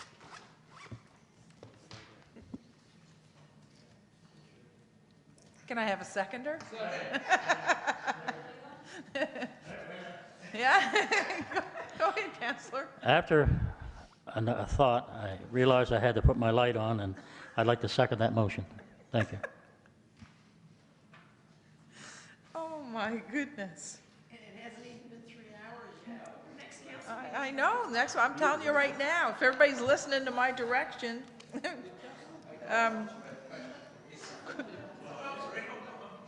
Councillor Dennis? I'll call the question. Well, I guess the question's been called by Councillor Dennis. All those in favor? Aye. Contrary? Motion carried. This is working quite well. Next meeting, I'll be asking for chocolate to be brought in. Okay. So we're good. I don't think there's any more additions that were at the regular meeting, but we are going to go in camera. Okay, thank you. Kevin, need to chat? I'll be right in. Well, I think I have something I want to mention to you.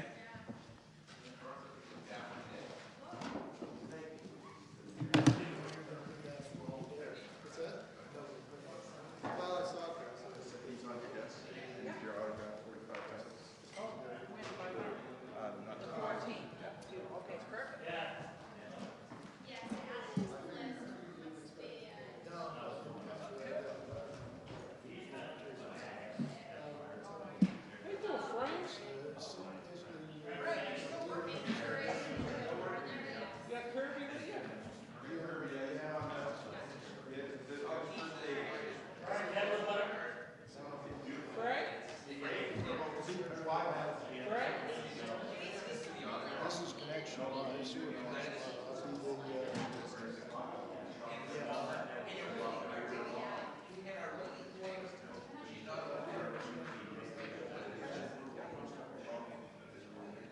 Jeff right there.